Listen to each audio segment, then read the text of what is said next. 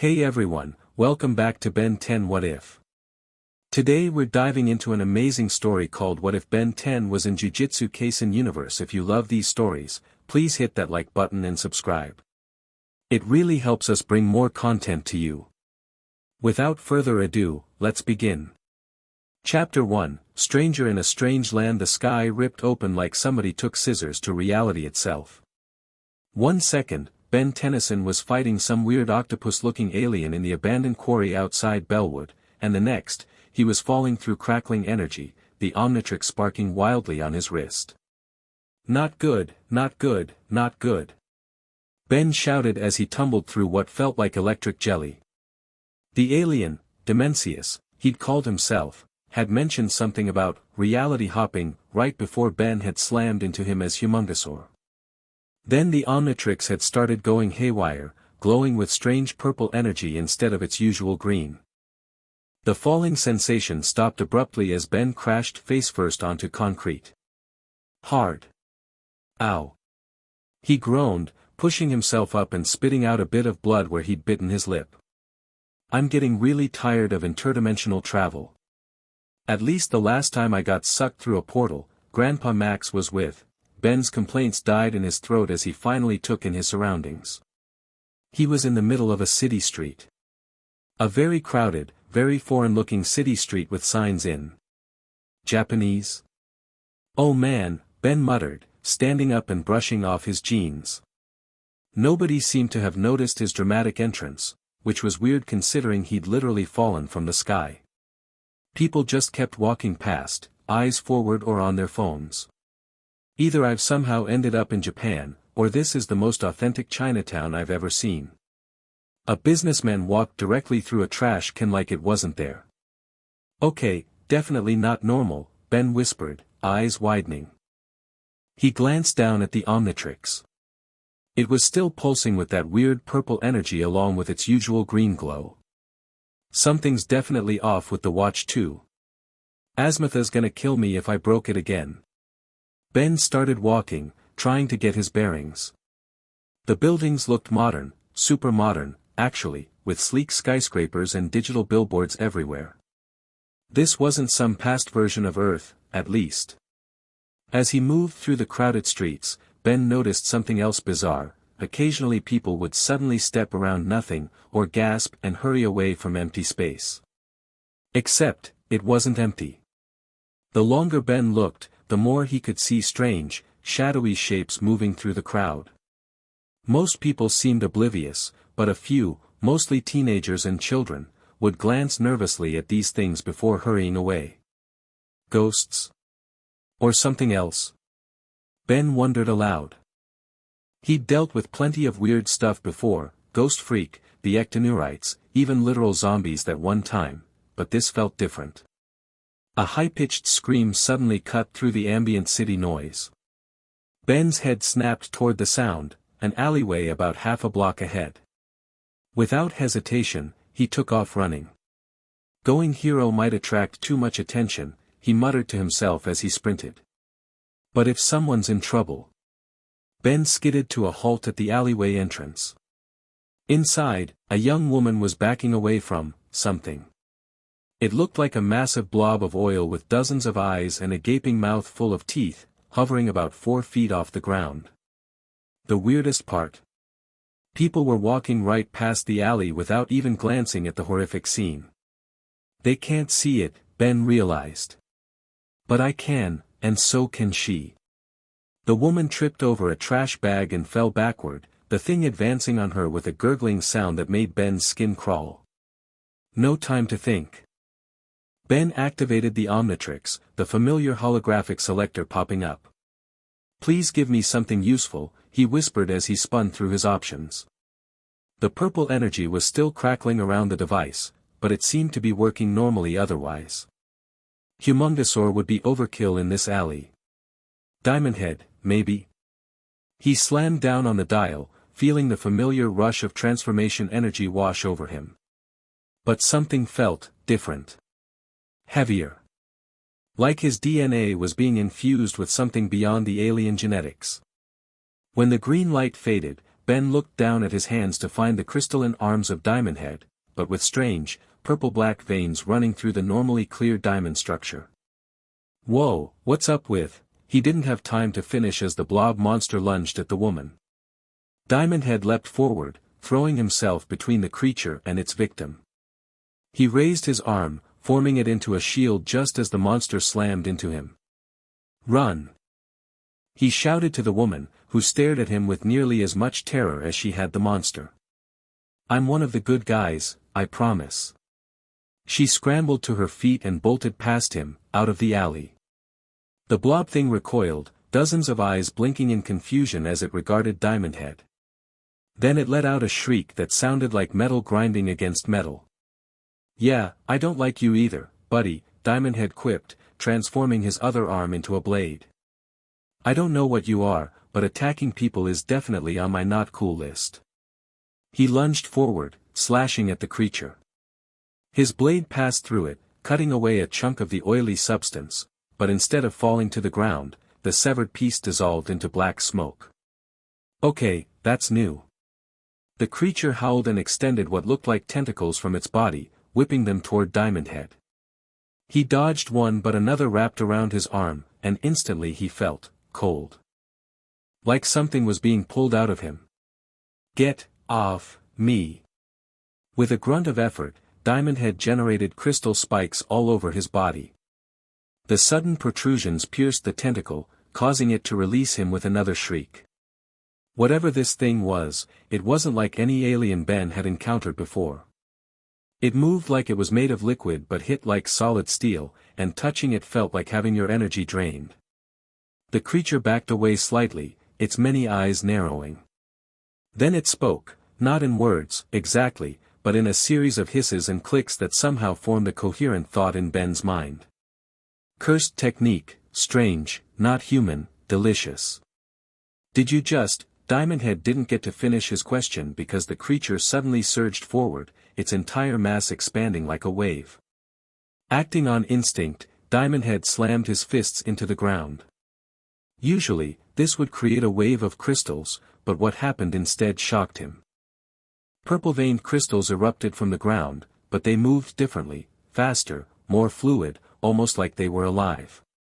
They impaled the creature from multiple angles, suspending it in midair. "Whoa! Since when can I do that?"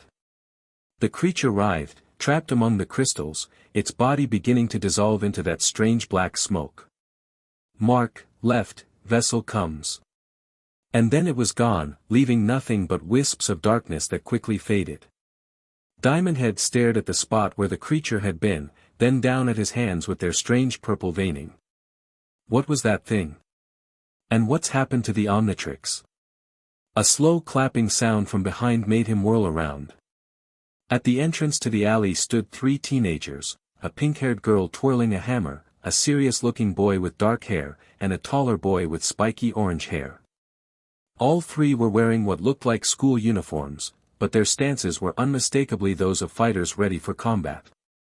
"Not bad for a cursed corpse," the girl said, pointing her hammer at him.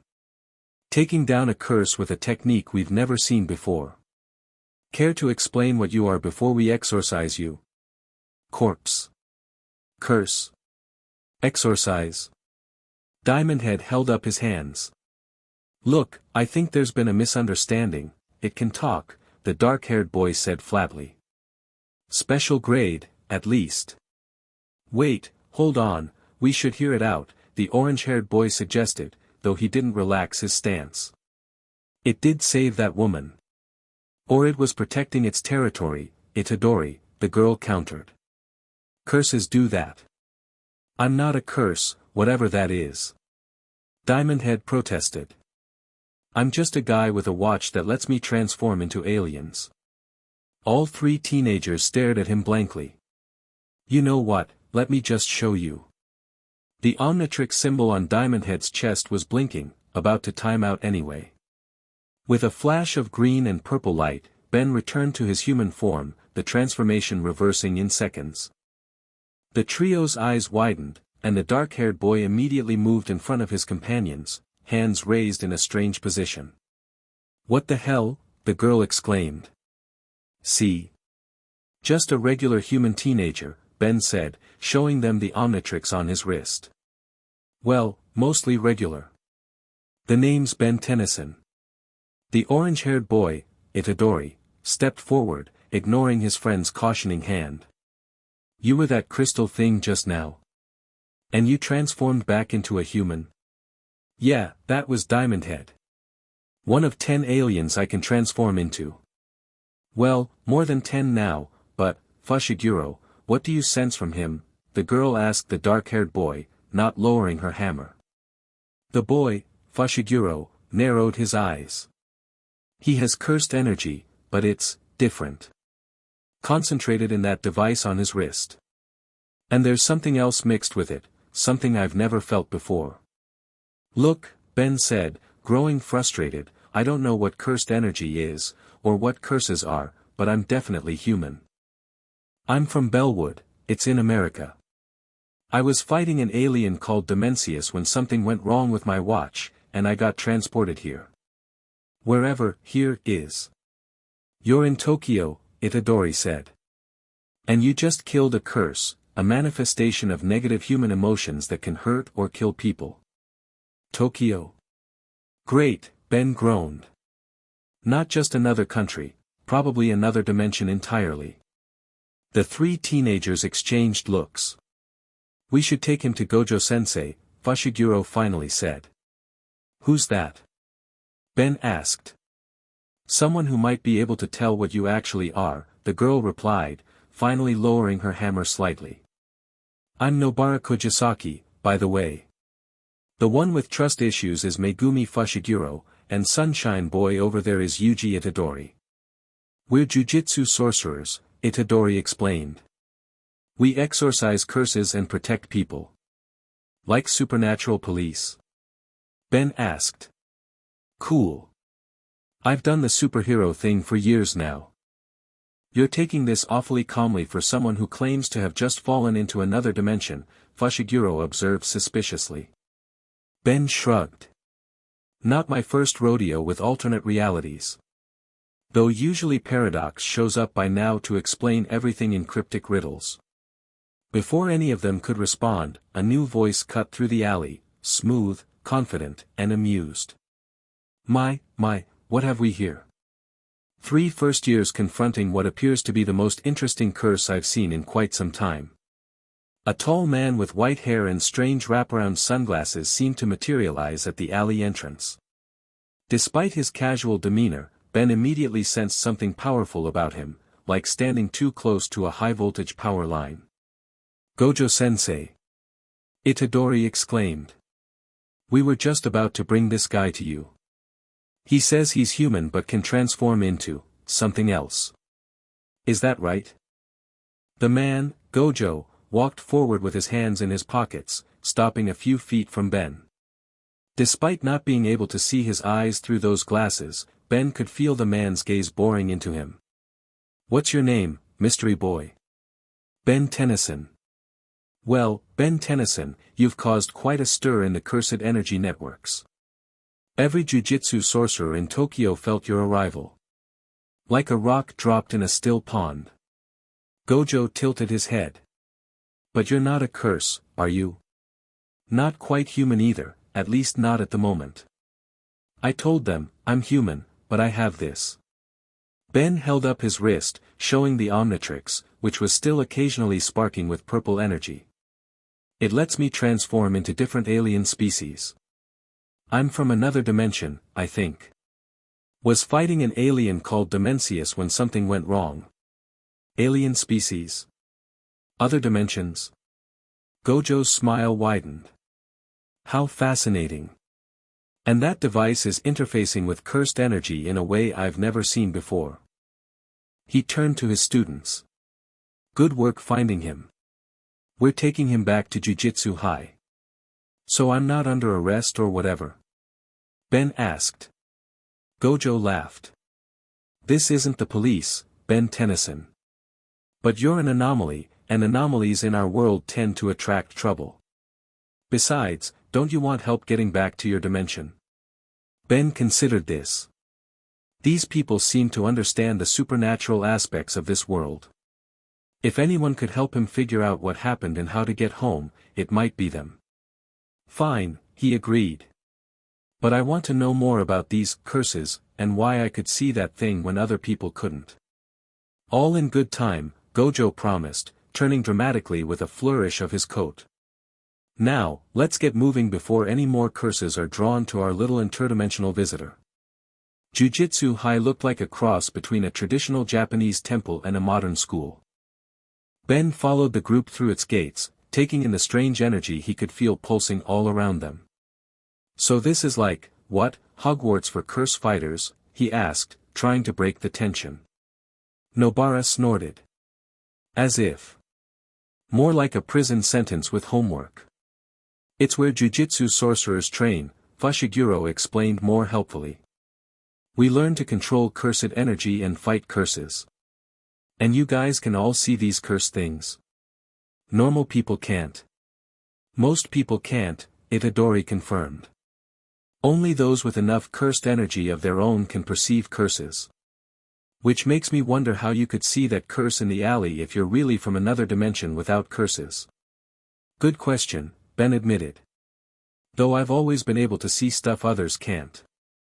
Comes with the superhero territory. Gojo led them into a building and down several hallways until they reached what looked like a classroom, except with only a few desks and strange markings all over the floor. Have a seat, Ben Tennyson from another dimension, Gojo gestured to a chair. Let's have a look at that fascinating device on your wrist. Ben hesitated. I don't usually let people examine the Omnitrix. Last time someone tried to remove it, it nearly took my arm with it. I won't touch it, Gojo promised, holding up his hands. I just want to sense the energy flowing through it. May I? After a moment, Ben nodded and sat down, holding out his arm. The three students watched curiously as Gojo hovered his hand about an inch above the Omnitrix, not quite touching it. Extraordinary, Gojo murmured. It's like a perfect circuit, cycling energy through and transforming it into something new. The cursed energy is being filtered, changed, harmonized with whatever energy this device naturally uses. It's alien tech, Ben explained. Created by a genius alien called Azimuth. It contains DNA samples of different species from across the universe and lets me transform into them.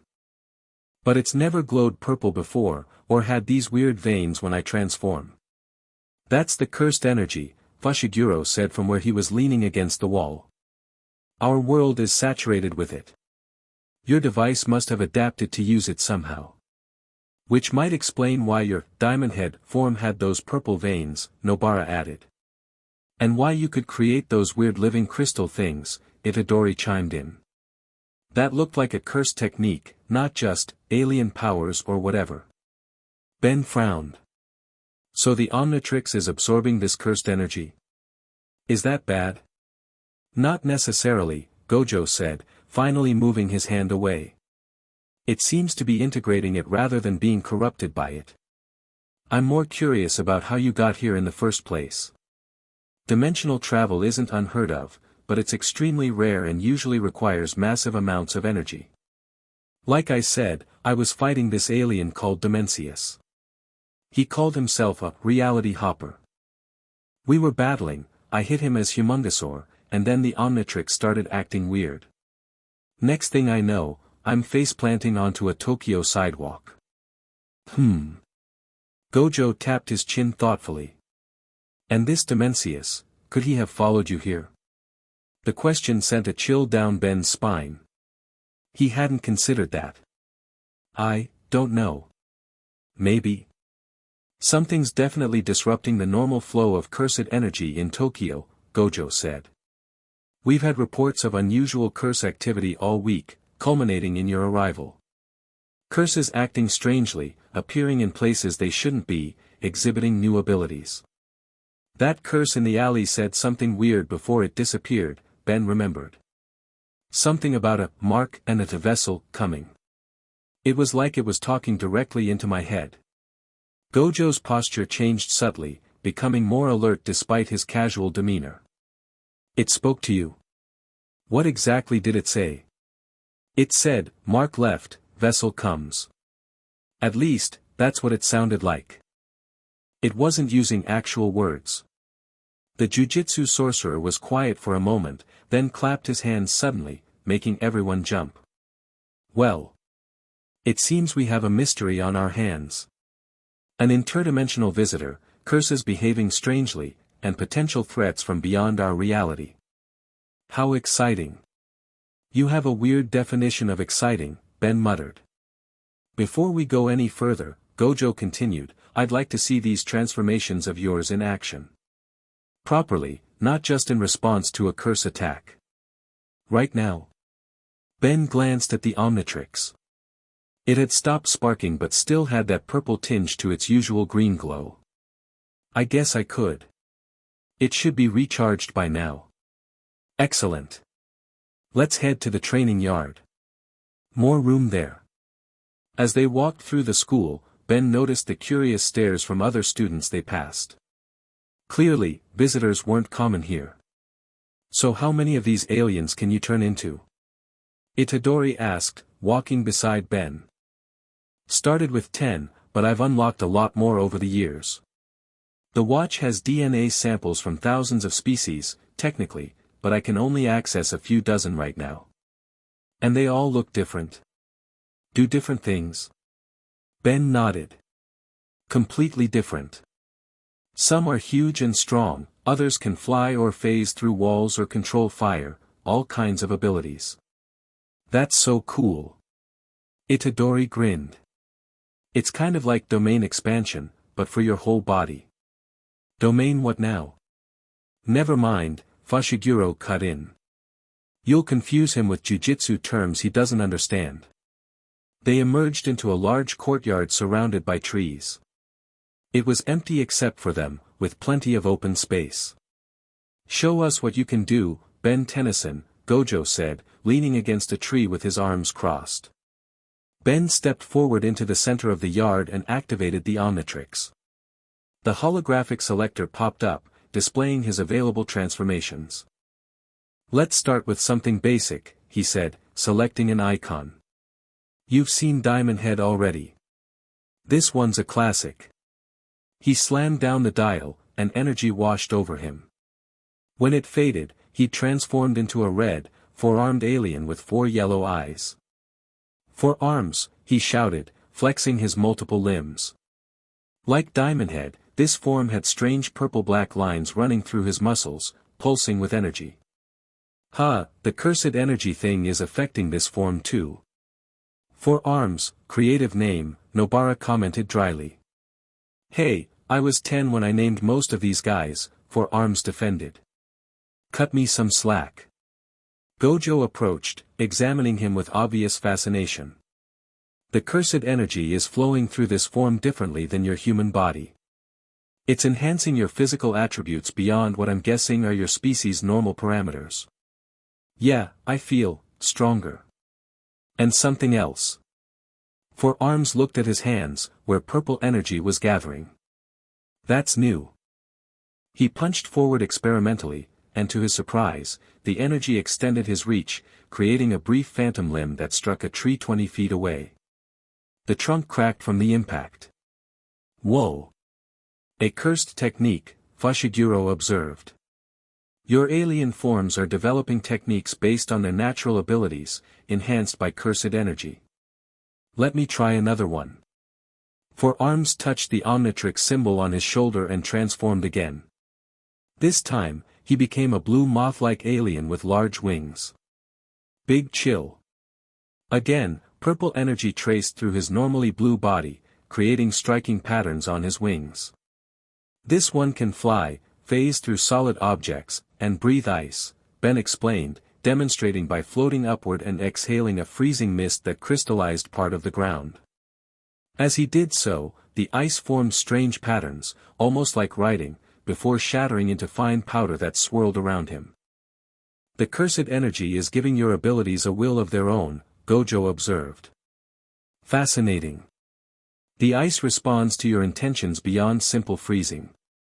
Ben transformed twice more, into Heat Blast, whose flames burned with purple cores, and Echo Echo, whose sonic screams created visible sound waves that lingered in the air like physical objects. Finally, he returned to human form, feeling slightly drained. That was intense. It's like the aliens are the same but different. More powerful, but also harder to control. Cursed energy responds to emotions and intentions, Gojo explained. Your transformations are being enhanced by it, but also shaped by your thoughts and feelings. You'll need to be careful until you learn to control it properly. Great, more training, Ben sighed. So what now? I still need to figure out how to get home. Gojo was about to respond when his phone buzzed. He checked it, his expression turning serious despite the sunglasses hiding his eyes. It seems fate has a sense of timing. There's a cursed spirit outbreak downtown, a big one. Reports say the curses are acting strangely, moving with purpose rather than instinct. Like something's controlling them? Fushiguro asked. Possibly. Gojo pocketed his phone. This might be connected to our interdimensional visitor. Care to join us, Ben Tennyson? See what Jujutsu sorcerers do. Ben looked at the Omnitrix, still pulsing with that strange purple energy. Whatever was happening here, it seemed connected to him somehow. And if Dimensius had followed him through? Count me in, he said firmly. If I brought trouble to your world, I should help deal with it. Gojo's smile widened. I was hoping you'd say that. Consider this your crash course in Jujutsu sorcery. Downtown Tokyo was in chaos, though most citizens couldn't see the cause. To the average person, it looked like random destruction, cars overturned, windows shattered, people fleeing from invisible forces. But to Ben and the Jujutsu sorcerers, the scene was much clearer. Dozens of curses, ranging from small, imp-like creatures to massive, hulking monstrosities, were rampaging through the streets. Unlike the blob Ben had encountered earlier, these were more solid, more defined. Some looked almost humanoid, while others were bizarre amalgamations of limbs, eyes, and mouths. Remember, Gojo instructed as they arrived, curses are manifestations of negative human emotions. They're drawn to fear, hatred, envy, all the darkness people try to hide. The stronger the emotion, the stronger the curse. And we just beat them up? Ben asked, watching as Itadori launched himself at a curse resembling a giant hand with teeth, smashing it with incredible strength. Essentially, yes, Gojo confirmed. Though with technique. Cursed energy must be used to exorcise curses permanently. Otherwise, they simply reform elsewhere. Nobara was already in action, hammering cursed nails into smaller spirits and causing them to explode in bursts of black smoke. Fushiguro had summoned what looked like a two-headed dog made of shadows that tore through curses with vicious efficiency.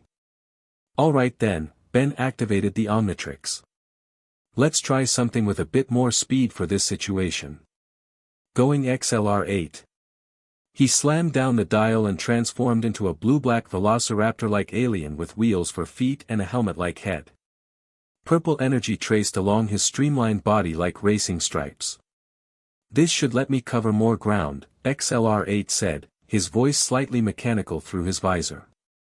He took off, moving so fast he was just a blur to the others. In seconds, he had circled the entire battle zone, assessing the situation. There were civilians trapped in a bus surrounded by smaller curses, a group of larger spirits breaking into a high-rise, and a particularly massive curse that resembled a centipede made of human torsos winding through the streets. The big centipede thing looks like the priority, he reported back to Gojo at super speed. Bus with civilians to the east, building under attack to the north.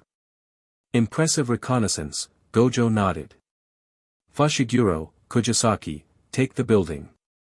Itadori and I will handle the bus. Ben, I'll take the centipede, XLR8 volunteered. It's a special grade, Gojo warned. Extremely dangerous. So am I, XLR8 replied confidently before zooming toward the massive curse. Up close, the centipede was even more disturbing, Each segment was a human torso fused together, with arms reaching out and faces frozen in silent screams. It moved with surprising speed for its size, crushing cars beneath it. "Hey, ugly!" XLR-8 called, skidding to a stop in front of it. "You know, where I come from, centipedes are about 1,000 times smaller and a lot less creepy." The curse's main head, a larger human torso with multiple faces embedded in it, turned toward him. All the faces spoke in unison, creating a chorus of distorted voices. "The vessel, marked by the walker, delicious energy." "There's that vessel thing again," XLR-8 muttered. "What's that supposed to mean?" He didn't have time to ponder as the centipede lunged at him, much faster than something its size should move. XLR-8 easily darted aside, but the curse immediately changed direction, tracking him with unnatural precision. "Okay, so you're fast too. Let's see how you handle this." XLR-8 began running in tight circles around the curse, creating a tornado effect. Normally, this would just trap an enemy in swirling winds, but with the cursed energy flowing through him, something else happened. Purple traces of energy began to separate from his body as he ran, forming a cage around the centipede. "That's new," he exclaimed, not slowing down. The energy cage tightened, constricting the massive curse. But the centipede wasn't done. Its many arms reached out through the energy cage, elongating impossibly, grasping for XLR-8. "Nope, not happening." He dodged the reaching limbs, but there were too many. One caught his leg, sending him tumbling. The moment the curse touched him, XLR-8 felt the same draining sensation he'd experienced with the blob creature in the alley, like something essential was being pulled out of him. The Omnitrix symbol on his chest began to flicker. "Not good," he gasped, trying to break free. The centipede was pulling him closer, more hands reaching for him. In desperation, XLR-8 slapped the Omnitrix symbol, triggering a transformation. Green and purple light flashed, and in place of the speedy alien stood a massive, plant-like creature with a flame-patterned head. Swamp fire. The plant alien immediately ignited his hands, blasting fire at the curse's limbs. The arms holding him burned away into black smoke, allowing him to break free. "Let's see how you like the heat," Swampfire growled, generating more flames. But these weren't his usual orange-yellow flames, they burned purple-black, and where they touched the centipede, they didn't just burn but seemed to erase, as if deleting the curse from existence. The centipede shrieked, its many mouths wailing in unison. It thrashed wildly, trying to escape the flames, but Swampfire pressed the attack, closing in. "Whatever you are, whatever you know about this vessel and walker, it ends here." Swampfire plunged his burning hands directly into the main torso of the centipede. The curse convulsed, then went rigid. All its faces turned toward Swampfire, and they spoke in that disturbing chorus again. "The walker comes, through the vessel, worlds will bleed, he hungers."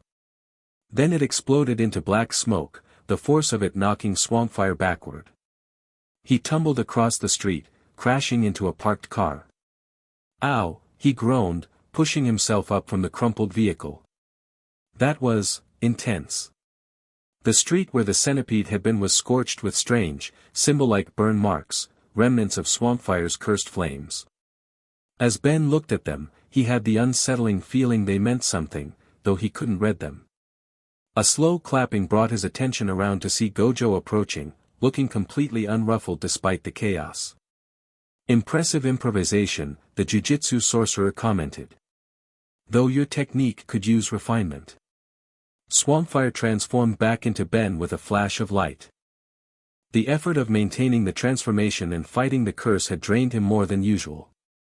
"That thing knew something," Ben said, breathing heavily. "It mentioned a walker again, and something about worlds bleeding." Gojo's expression turned serious. The other curses were behaving strangely too, coordinated, almost military in their movements.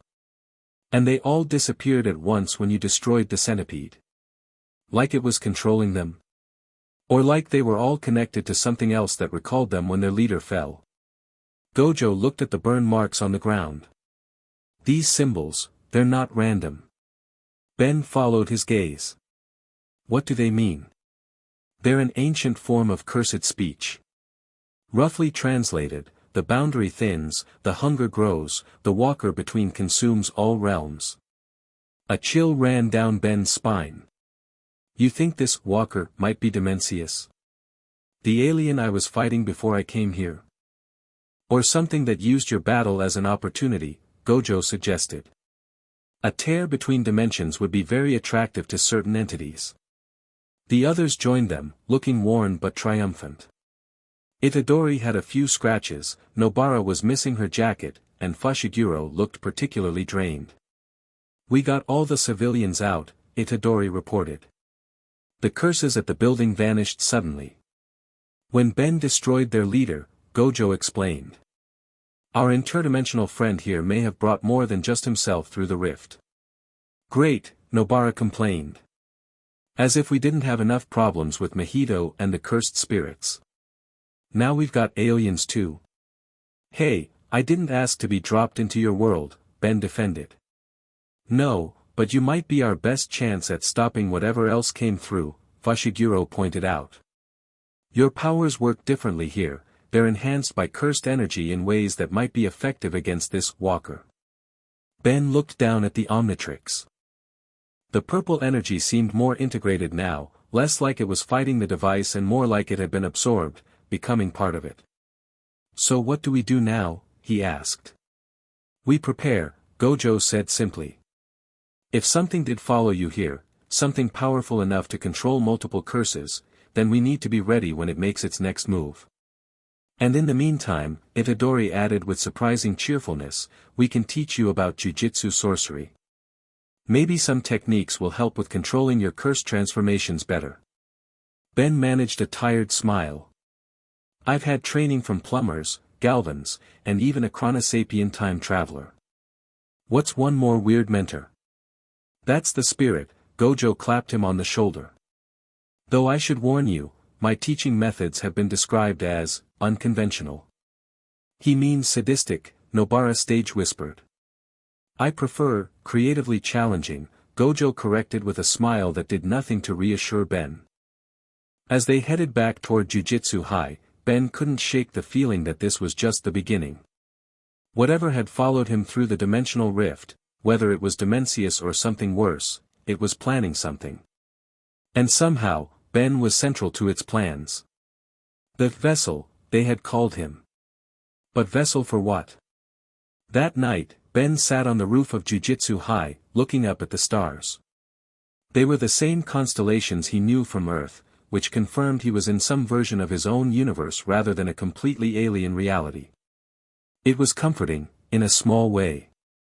The Omnitrix glowed softly on his wrist, the purple energy now fully integrated with its usual green light.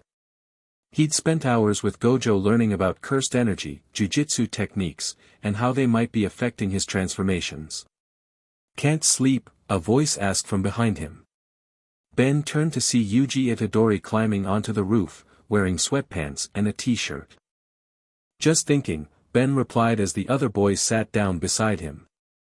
This isn't my first interdimensional adventure, but it might be the weirdest. Says the guy who turns into aliens, Itadori chuckled. But I get it. My life was pretty normal until a few months ago. Then I ate a cursed finger and became the vessel for a special grade curse called Sukuna. Ben blinked at him. You, ate a what now? Long story, Itadori waved it off. The point is, I know what it's like to suddenly have your whole reality turned upside down. To be caught between worlds. Is that why you're being nicer to me than the others? Ben asked. Fushiguro still looks at me like I might grow tentacles and eat him. That's just Fushiguro's face, Itadori laughed. And Nobara treats everyone like that at first. They'll come around. They sat in comfortable silence for a moment, looking at the stars. What's it like? Ben finally asked. Having this Sukuna thing inside you? Itadori considered the question seriously. It's like, always having someone looking over your shoulder. Judging, commenting, waiting for you to slip up. He has his own goals, his own desires. We're stuck with each other, but we're not on the same team. Sounds rough, Ben sympathized. I've had my share of power problems. The Omnitrix has malfunctioned, been hacked, even taken over my personality once or twice. But it's not sentient like your passenger. We adapt, Itadori shrugged. That's what humans do. Even when we're carrying monsters inside us. Ben looked down at the Omnitrix, pulsing with its new energy. You think that's what these curses meant? When they called me a vessel? That something's trying to use me as a container, like you with Sukuna? Maybe, Itadori admitted. Or maybe it's the Omnitrix they're after.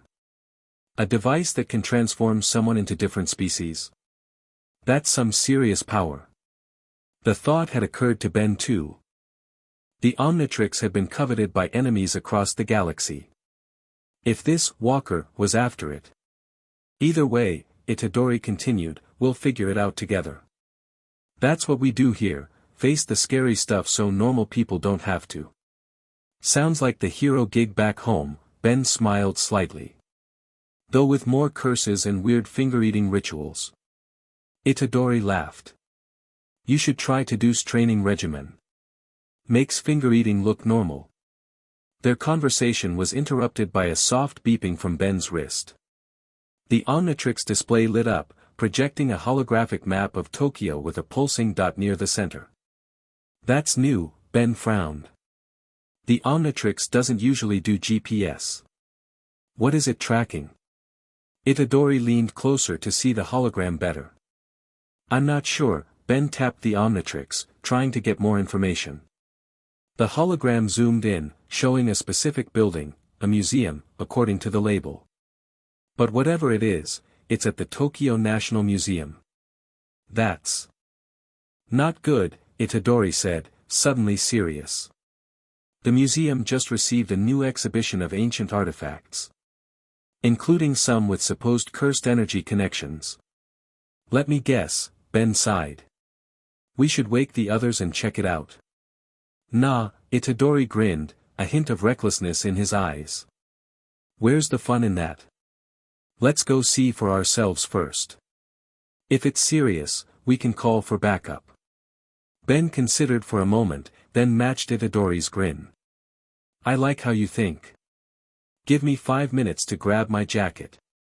As the two teenagers hurried to prepare, neither noticed the strange, shadowy figure watching from a nearby tree, a figure that seemed to shift between different forms, its eyes glowing with an unnatural purple light as it tracked the Omnitrix's energy signature. The hunt was on. The Tokyo National Museum was dark and silent when Ben and Itadori arrived. Security lights illuminated the classical architecture, but there was no sign of guards or activity. That's weird, Itadori whispered as they crouched behind a bush near the entrance. There should be security patrols, at least. Ben checked the Omnitrix. The signal was stronger now, pulsing urgently. Whatever the watch is tracking, it's definitely inside. We should call Gojo-sensei, Itadori suggested, pulling out his phone. No signal, he frowned, showing Ben the screen. That's not normal. Something's jamming communications, Ben realized. Definitely suspicious. They made their way around the perimeter of the building, looking for a way in. Eventually, they found a service entrance with the door slightly ajar. Subtle, Ben commented. It's either a trap or someone really doesn't care about being found. Only one way to find out. Itadori pushed the door open wider, peering inside. Looks clear. They slipped into the museum, finding themselves in a maintenance hallway. Emergency lights provided dim illumination, casting long shadows along the walls. So, what's your plan if we run into trouble? Ben asked quietly as they moved deeper into the building. I saw you fighting earlier, you're super strong, but do you have other abilities? Mostly just the superhuman strength and durability, Itadori admitted. And Sukuna's techniques if things get really bad, but that's a last resort. What about you? Which alien would you use in here? Ben considered. Tight spaces, need to be stealthy, probably big chill. Phasing ability would be useful for reconnaissance. As if responding to his thoughts, the Omnitrix pulsed, the holographic map zeroing in on their destination, the special exhibition hall on the second floor. This way, Ben pointed toward a stairwell. They climbed quietly, alert for any movement or sound. The museum felt unnaturally still, as if holding its breath. "Do you feel that?" Itadori whispered as they reached the second floor. "The cursed energy, it's thick in the air." Ben couldn't sense cursed energy the way Itadori could, but he noticed the Omnitrix pulsing more rapidly, the purple in its glow becoming more pronounced. "Something's definitely affecting the watch," he confirmed. They approached the exhibition hall cautiously. The entrance was marked with a banner announcing ancient artifacts of the Heian period, sacred and profane. Inside, display cases lined the walls, filled with pottery, scrolls, and ceremonial objects. And in the center of the room, floating above a broken display case, was a small, octagonal object that pulsed with familiar purple-green energy. "Is that?" Itadori began. "Part of the Omnitrix," Ben confirmed in shock. "Or something designed to interface with it." "But how?" A slow clapping echoed through the hall, and a figure stepped out from behind a large display. Ben Tennyson. Right on time. Ben tensed. The figure looked human, a tall, lean man with silver-white hair and eyes that glowed with an unnatural purple light. He wore what appeared to be a lab coat over strange, shifting armor that seemed to phase between solid and gaseous states. "Dimensius," Ben growled. "So you did follow me here." The man laughed, the sound disturbingly inhuman. "Dimensius? Is that what you called my scout?" "No, Ben Tennyson. I am something far greater. You may call me Void Walker." Ben felt his blood run cold. The name the curses had been repeating. "You're the one controlling the curses," he said. The one they meant when they talked about a walker. Perceptive, Void Walker smiled, the expression not reaching his glowing eyes. "Though, controlling, is such a limited term. I prefer to think of it as, directing their hunger toward a common goal." "Which is what, exactly?" Itadori demanded, his stance shifting subtly into a fighting position. Void Walker's gaze flicked to him dismissively before returning to Ben. "The convergence of realities. The feast of infinite worlds." He gestured to the floating octagonal device. "And this little beacon is the first step." "What is that thing?" Ben asked, his hand hovering near the Omnitrix. "A dimensional resonator," Void Walker explained. "Designed to attune with the Omnitrix, or rather, with the unique energy signature it creates when interfacing with a new reality. Your arrival created ripples, Ben Tennyson. Ripples I've been following across dimensions for a very long time. So Dimensius, the alien I was fighting, he was working for you. A mere extension of myself, sent to ensure you activated the Omnitrix at precisely the right moment, creating the dimensional fracture I needed." Void Walker began circling the floating device. "You see, most barriers between realities are too strong for me to penetrate directly. But the Omnitrix, it creates possibilities. Pathways. Especially when its transformational energy interacts with something as potent as the cursed energy of this world."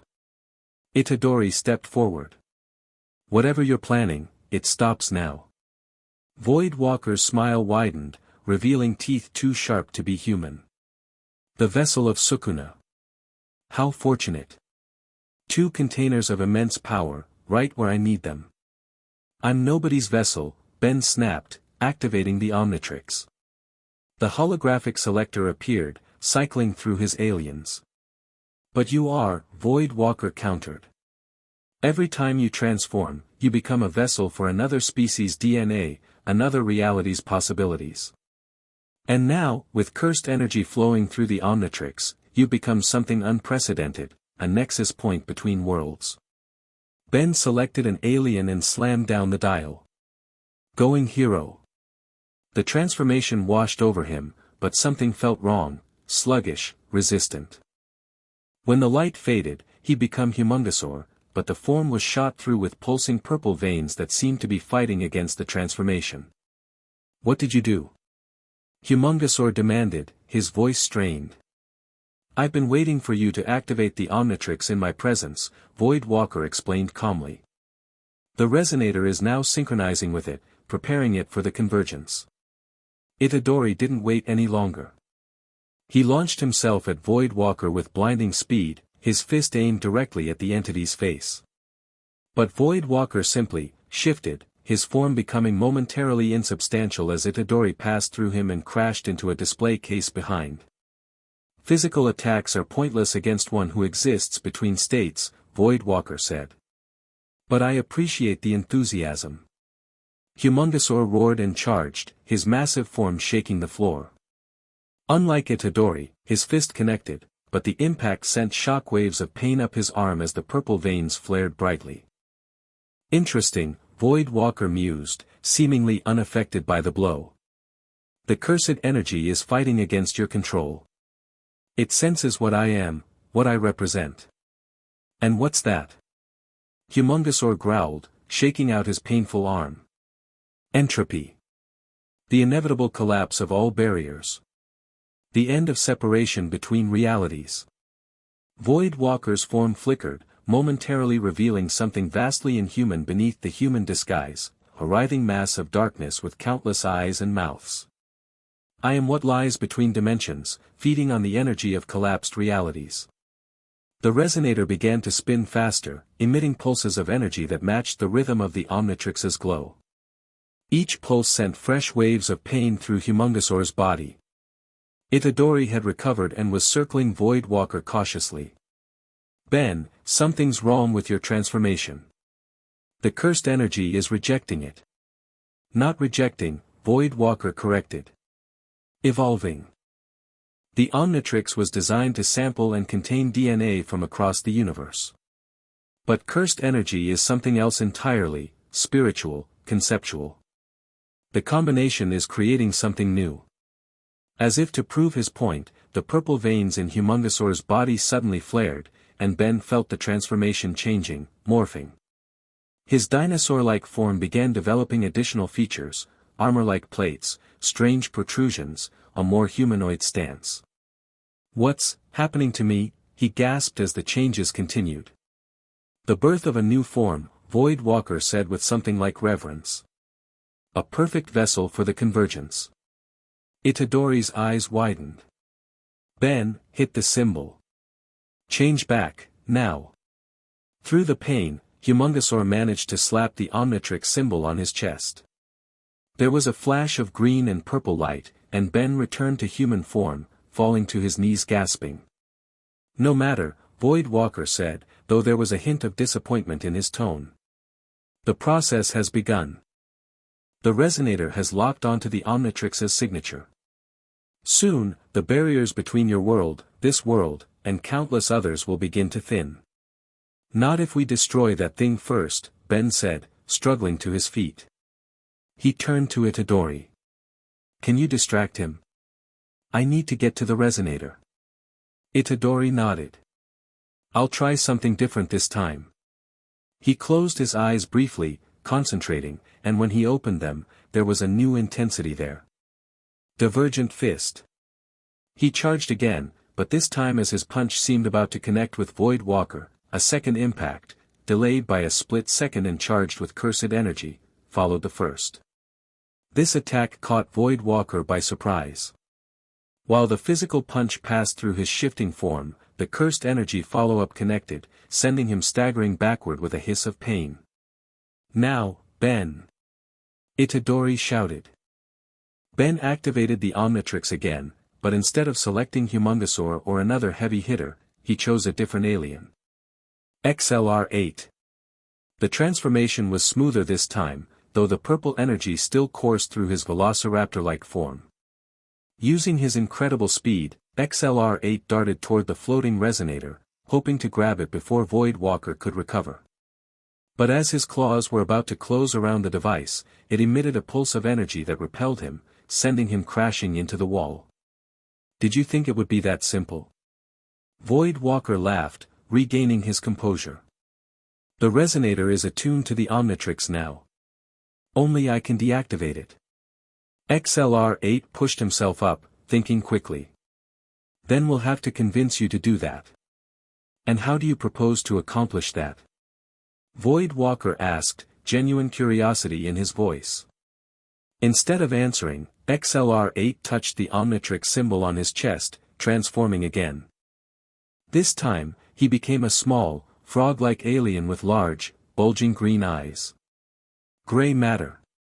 The diminutive alien announced. Unlike his other transformations, gray matter showed almost no signs of cursed energy influence, just a faint purple glow around his eyes. A Galvan? Void Walker seemed amused. You hope to outsmart me? I've consumed the knowledge of 1,000 realities, Tennyson. Maybe, gray matter replied, his enhanced intellect already analyzing the situation. But there's one thing you don't know. And what's that? Gray matter smiled. I'm not the only one with backup. At that moment, the windows of the exhibition hall shattered as a figure in white crashed through, landing between gray matter and Void Walker. Sorry I'm late to the party, Gojo said casually, adjusting his sunglasses. Traffic was murder. Void Walker's amusement faded. The Limitless One. Your reputation precedes you, even across dimensions. Glad to hear it, Gojo replied. Saves me the trouble of introductions. He glanced back at gray matter. Interesting choice of form, Ben Tennyson. Galvan intellect, gray matter explained rapidly. Less affected by cursed energy due to their primarily mental abilities. I needed to think clearly. And what have you figured out with that big brain? Gojo asked, not taking his eyes off Void Walker. The resonator is linked to the Omnitrix, using its transformational energy as a catalyst. But it's also tapping into the cursed energy of this world, that's what's causing the painful interference with my transformations. So we need to either destroy the resonator or disrupt the cursed energy it's using, Itadori concluded, joining them.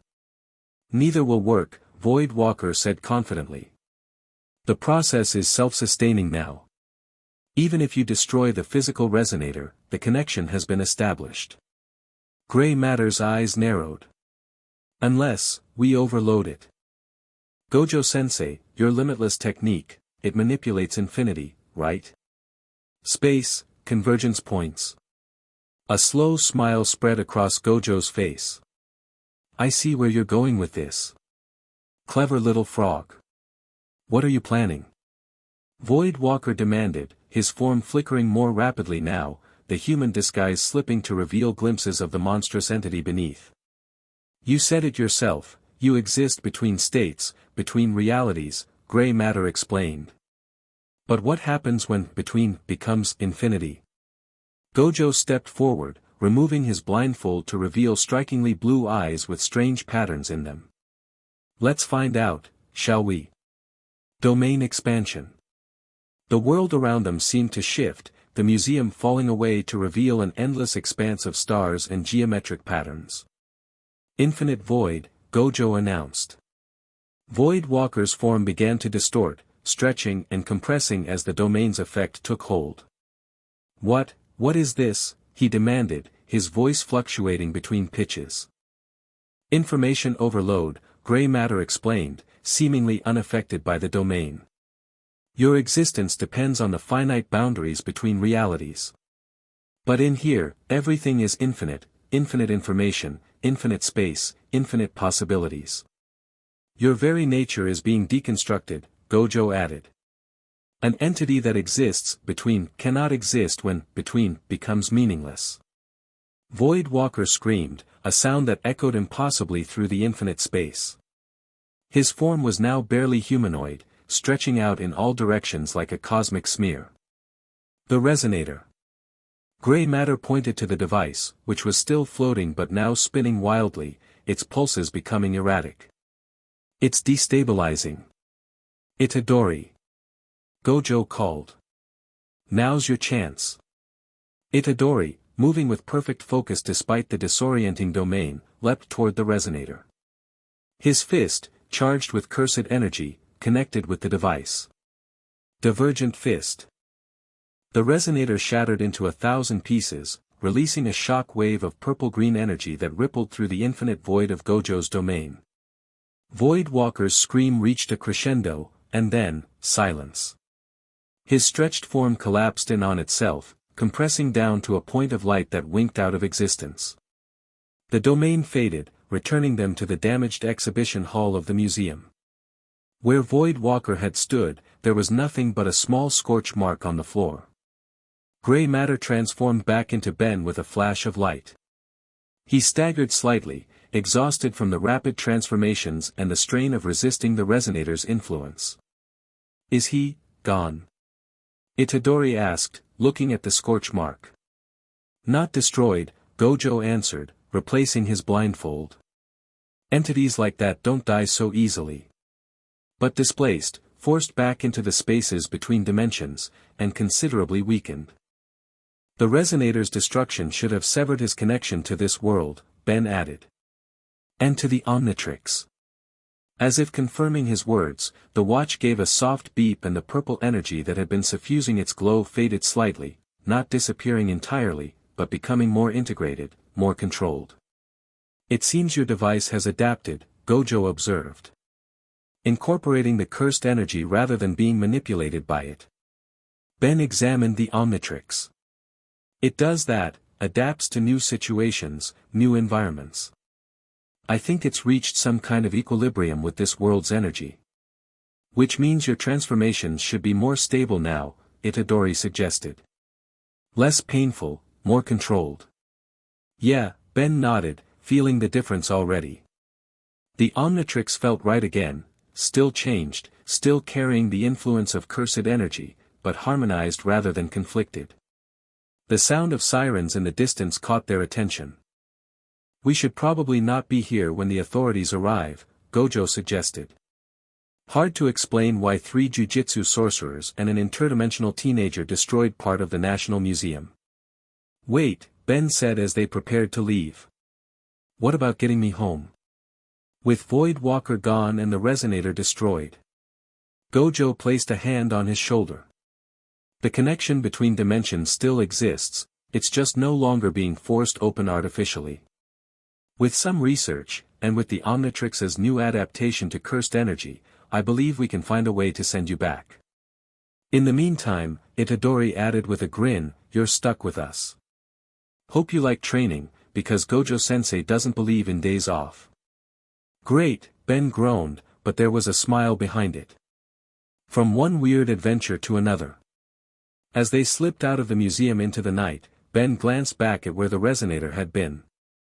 Something told him this wasn't over, that Void Walker would return eventually, that the barriers between worlds were still more fragile than they should be. But for now, he had new allies, new powers to explore, and a whole new world of curses and sorcery to understand. Maybe being stranded in the Jujutsu Kaisen universe wouldn't be so bad after all. For a kid who turned into aliens for a living, adding cursed energy to the mix was just another day in the life of Ben Tennyson. Chapter 2, Evolution of Heroes. 3 days after the museum incident, Ben stood in the training yard of Jujutsu High, sweat dripping down his face as he struggled to maintain his transformation. He'd been practicing for hours, cycling through different aliens while trying to control the cursed energy now permanently integrated into the Omnitrix. Again, Gojo instructed from where he leaned against a tree. "For arms this time. Focus on directing the cursed energy into your upper limbs only." Ben nodded, taking a deep breath before activating the Omnitrix. The familiar green light washed over him, now threaded with purple energy that no longer felt foreign but rather like it belonged there. "For arms." The Tetraman form materialized, massive and red with the extra set of arms that gave the transformation its name. Purple energy coursed through his body, but instead of spreading randomly, Ben concentrated, pushing it toward his upper arms as Gojo had instructed. "Better," Gojo nodded approvingly. "Now try the technique we discussed. For arms raised his upper arms, channeling the cursed energy until it formed a visible aura around his hands. Then he punched forward, not a normal punch, but one where his physical fist stopped short while the cursed energy extended outward, creating phantom limbs that stretched twice as far as his actual reach. Phantom fists, for arms named the technique as the energy extensions shattered a training dummy 50 feet away.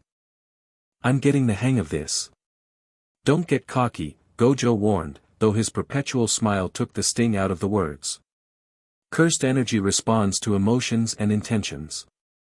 Overconfidence leads to unpredictable results. Nearby, Itadori was sparring with Megumi, their movements quick and precise. They'd been helping Ben understand how cursed energy worked from a practitioner's perspective, while Gojo provided the theoretical framework. How's the watch holding up? Nobara asked, approaching from the school building with a water bottle that she tossed to Ben after he transformed back to human form. It's adapted faster than I expected, Ben admitted, catching the bottle gratefully.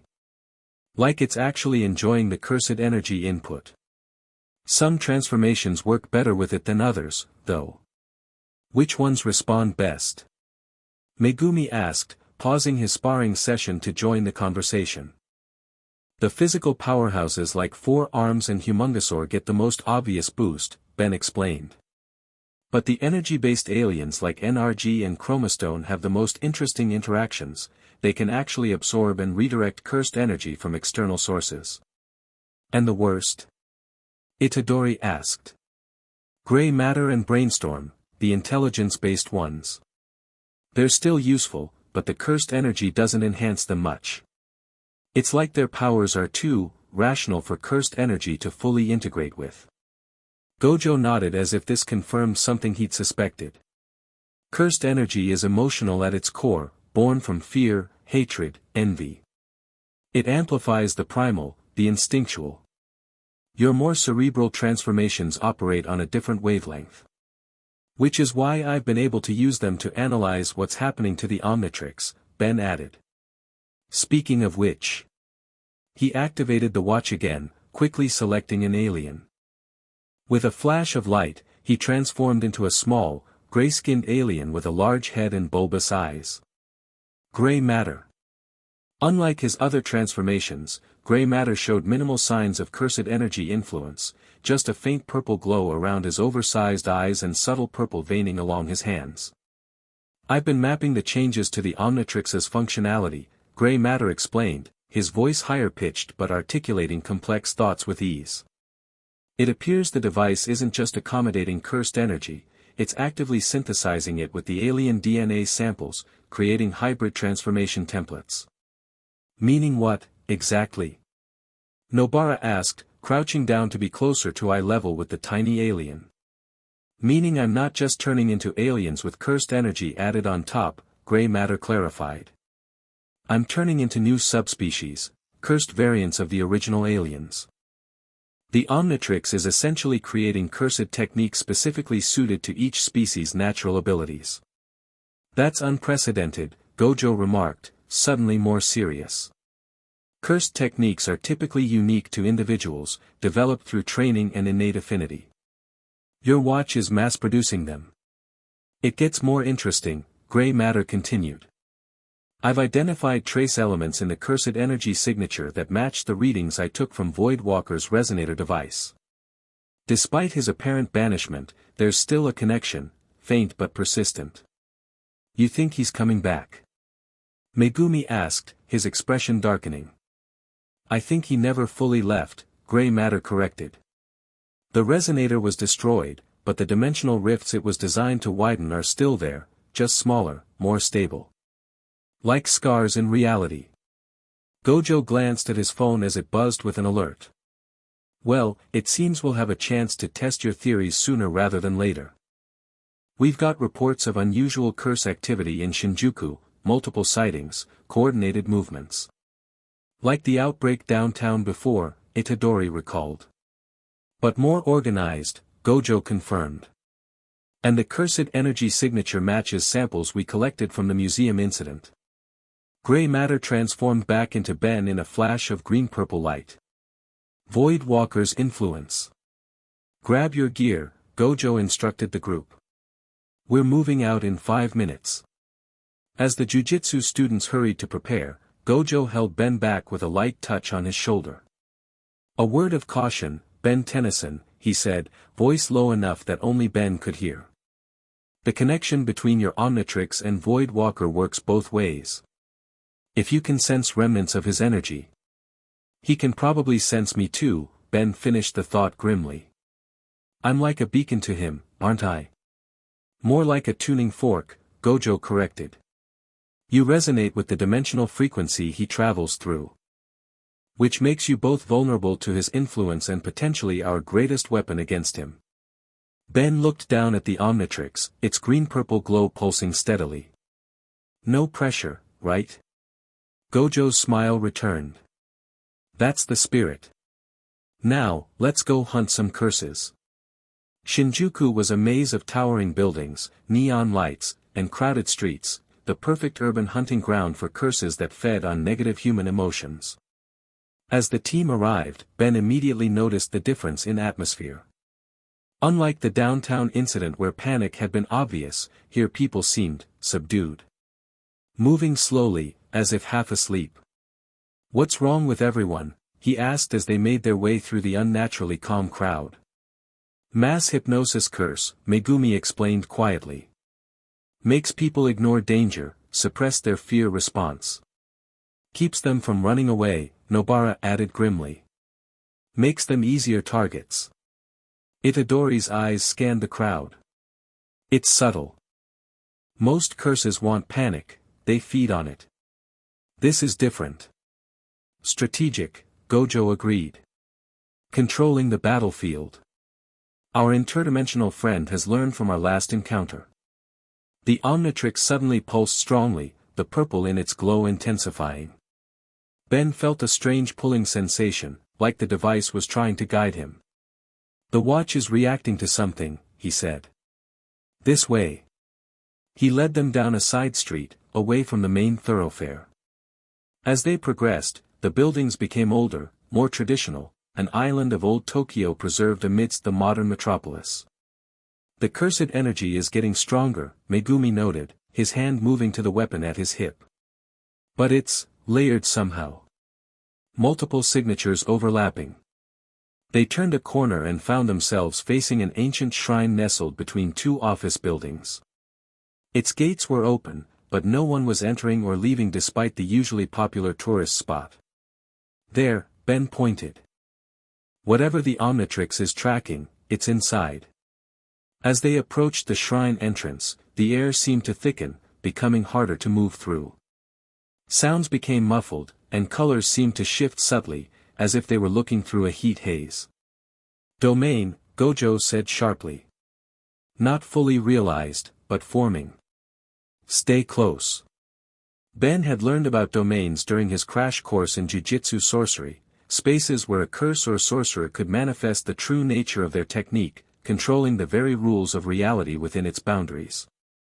Partial domains were less powerful but harder to detect until you were already caught in them. Which alien would work best here, he asked, activating the Omnitrix. Something with sensory abilities, Gojo suggested. This domain is designed to confuse and disorient. Ben nodded and selected his transformation. In a flash of green-purple light, he changed into a canine-like alien with no eyes, massive jaws, and gill-like nostrils along his neck. Wild Mutt. The transformation couldn't speak properly, but the others understood. Purple energy coursed through Wild Mutt's orange fur in striking patterns, concentrating around his sensory gills. Using his enhanced senses, Wild Mutt immediately detected what human eyes couldn't, multiple energy signatures moving within the shrine grounds, circling what appeared to be a central point of concentrated power. He growled, gesturing with his head for the others to follow, then bounded forward through the shrine gates. The domain's disorienting effect barely touched him, his senses operated beyond the visual and auditory spectrum that the technique was targeting. Inside, the shrine's courtyard had been transformed. The stone path now spiraled inward like a labyrinth, and at its center floated what appeared to be a tear in space itself, a jagged, vertical rip that pulsed with familiar purple-green energy. A rift, Gojo observed quietly. Like the one that brought you here, I'm guessing. Around the rift, a dozen human-shaped curses moved in perfect synchronization, performing what looked like a ritualistic dance. Unlike most curses Ben had encountered, these appeared almost perfectly human except for their blank, featureless faces and the strange symbols carved into their skin. Wildmutt growled softly to alert the team to additional presences. Hiding in the shadows of the shrine buildings were larger, more monstrous curses, positioned like sentries.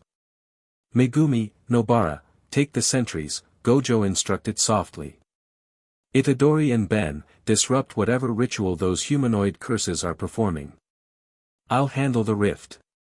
Wildmutt nodded, then touched the Omnitrix symbol on his shoulder. In a flash, he transformed into a crystalline alien with a sharp, angular body. Diamond Head. The transformation announced, purple energy flowing through his crystal structure like liquid lightning. This form should work better for fighting multiple opponents. Remember our practice, Itadori said as they prepared to move. Coordinate your attacks with mine. Diamond Head nodded. They'd been developing combination techniques during training, ways to enhance each other's abilities by playing off their strengths. Now! Gojo commanded. They burst from cover simultaneously. Megumi immediately summoned his Shikigami, divine dogs that leapt toward the sentry curses with supernatural speed. Nobara fired cursed nails from her hammer with pinpoint accuracy, targeting weak points in the larger curses' bodies. Diamond Head and Itadori charged straight for the ritual circle. The humanoid curses immediately broke formation, moving to intercept them with unnatural coordination. Crystal Path. Diamond Head called out, slamming his hands into the ground. Purple-veined crystals erupted from the earth in a wave, creating a raised pathway that Itadori immediately leapt onto, using it as a launching platform to soar over the first line of curses. While they focused on Itadori's aerial approach, Diamond Head reshaped his arms into blades and engaged the curses directly. His crystal body was impervious to their clawing hands, and each slash of his blade sent them dissolving into black smoke. They're weaker individually, he called out, noticing how easily they fell. But there's a lot of them. They're drawing power from the rift. Itadori shouted back, delivering a devastating punch that shattered 3 curses at once. We need to close it. Gojo was already working on that, standing before the rift with his hands raised, cursed energy visibly flowing around him as he analyzed the tear in reality. It's stabilized by anchor points, he called out. Those marked stones placed around the courtyard. Destroy them and the rift will begin to collapse.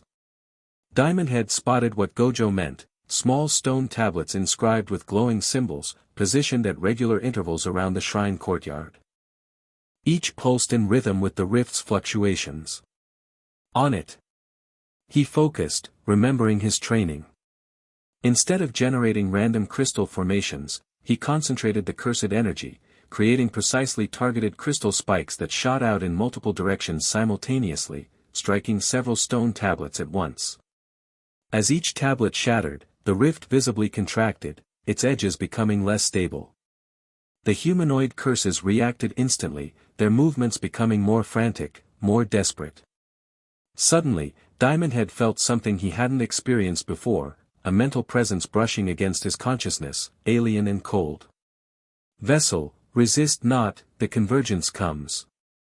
The voice was familiar, the same multi-layered whisper he'd heard from the curses during their first encounter, but stronger now, more directed. Void Walker, Diamond Head growled, redoubling his efforts to destroy the remaining tablets. He's communicating through the curses. As if triggered by the recognition, all the curses suddenly stopped fighting. They turned in unison toward the rift and began to dissolve voluntarily, their essence flowing into the tear like smoke being sucked into a vacuum. What are they doing? Nobara asked, rejoining the group after dispatching the sentries with Megumi. Sacrificing themselves, Gojo answered grimly. Feeding their cursed energy into the rift to stabilize it. The rift pulsed brighter with each curse that dissolved into it. It began to widen again despite the destroyed anchor tablets, the edges becoming more defined. "This is bad," Megumi observed. "They're forcing it open from the other side." Diamond Head felt the mental presence grow stronger, pushing against his thoughts more insistently. "Join us, Vessel, your power is needed, the convergence requires the Omnitrix." "Get out of my head!" Diamond Head shouted, clutching at his crystal skull as the pressure intensified. "Ben!" Itadori was at his side instantly, recognizing the signs of mental intrusion. "Fight it. Whatever you're hearing, it's not real. It's trying to access the Omnitrix through me," Diamond Head groaned. "Trying to use me to widen the rift somehow." Gojo moved with blinding speed, placing a hand on Diamond Head's shoulder. "Focus on my voice, Ben. Your mind belongs to you alone. Picture barriers, walls of light surrounding your thoughts." Diamond Head struggled, following Gojo's instructions. He visualized walls of impenetrable crystal forming around his consciousness, reinforced with the same energy that powered the Omnitrix. The pressure receded slightly, but the rift continued to expand. "We need to close it directly," Gojo decided. "Overwhelming force rather than finesse." He removed his blindfold, revealing his striking blue eyes. "Everyone stand back. I'm going to use purple." The team quickly retreated as Gojo faced the rift, channeling his cursed energy into a technique Ben hadn't seen before. A sphere of distorted space appeared between Gojo's hands, then shot forward as a beam of purple-black energy that struck the rift dead center. The collision was spectacular. Reality itself seemed to buckle as Gojo's technique fought against the rift's expansion. For a moment, it appeared to be working, the tears shrinking under the sustained assault. Then something reached through. A hand, impossibly large and composed of what looked like solidified shadow, emerged from the rift, fingers splayed as if feeling the air. It was followed by another hand, then the beginning of what might have been shoulders or a head, though the form was too alien to properly identify. "That's not good," Itadori muttered. Gojo intensified his attack, pouring more power into the purple technique. The emerging form shuddered but continued its advance, more of it pushing through the rift with each passing second. Diamond Head made a split-second decision. "I've got an idea, but it's risky," he called out, touching the Omnitrix symbol on his chest. In a flash, he transformed into a small, amphibian-like alien with a white and black body. Amphibian. Purple energy coursed through his tentacle-like limbs, concentrating particularly around his head. "What are you planning?" Megumi asked warily. "This form can generate and control electricity, but also absorb energy and interface with technology," Amphibian explained rapidly. "With the cursed energy enhancement, I might be able to directly interface with the rift itself, disrupt its frequency." "That's insanely dangerous," Nobara objected. "You'd be connecting your mind directly to whatever's on the other side." "Got a better idea?" Amphibian countered, already floating toward the rift. "Gojo-sensei can't hold it much longer." Indeed, Gojo was visibly straining now, the entity's emergence slowed but not stopped by his technique. "If you're going to do it now." Gojo shouted, sweat beading on his forehead from the exertion. Amphibian didn't hesitate. He flew directly at the rift, his body becoming partially translucent as he activated his phasing ability. As he reached the tear in reality, he extended his tentacles, channeling both electrical energy and cursed energy into the rift structure. The moment he made contact, his mind exploded with sensation, infinite realities, countless dimensions all bleeding together at this single point of convergence. And at the center of it all, a consciousness vast and cold and hungry. At last. Face to face. Vessel and Void Walker. The voice was no longer a whisper but a roar that threatened to overwhelm Amphibian's sense of self. With it came images, countless worlds being consumed, realities collapsing as the entity moved between them, growing stronger with each convergence. Through the chaos, Amphibian clung to his purpose. He wasn't here to communicate but to disrupt. Focusing his electrical powers, enhanced by cursed energy, he began sending contradictory signals into the rift's energy matrix, like introducing a computer virus into a network. The effect was immediate. The rift's edges began to flicker and distort, its stable rhythm becoming erratic. "What are you doing? Stop. The convergence must continue." Amphibian pushed harder, channeling more power, more disruption. The monstrous hand that had emerged began to waver, losing its solidity. "You cannot prevent what is inevitable, vessel. I have marked you. I will find you again." With a final surge of effort, Amphibian released all his stored energy in one massive pulse. The rift convulsed violently, then began to collapse inward, pulling the partially emerged entity back with it. A psychic scream of rage rippled through the shrine as Void Walker was forced back into the space between dimensions. The rift shrank rapidly, finally closing with an implosion of air that knocked everyone off their feet. Amphibian transformed back into Ben as he hit the ground, the Omnitrix timing out from the massive energy expenditure. He lay on his back, gasping, his mind reeling from the contact with Void Walker's consciousness. "Ben!" Itadori was the first to reach him, helping him sit up. "Are you okay?" "That was either the bravest or stupidest thing I've ever seen." "Probably both," Ben managed weakly. "But it worked." Gojo approached, looking more serious than Ben had ever seen him. "What did you see? What did you learn?" Ben shuddered, the memories already becoming hazy like a nightmare upon waking. "Void Walker, he's not just an entity. He's like a force of nature, something that exists to consume realities, to collapse the barriers between worlds. And he wants the Omnitrix," Megumi added. "To use you as a vessel for his entry into our world." "Not just our world," Ben corrected. "All worlds. The Omnitrix connects to alien DNA across the universe, across multiple universes now, with the cursed energy integration. He sees it as the ultimate key to the convergence he keeps talking about." Nobara helped gather their equipment, keeping a wary eye on the spot where the rift had been. "So what do we do?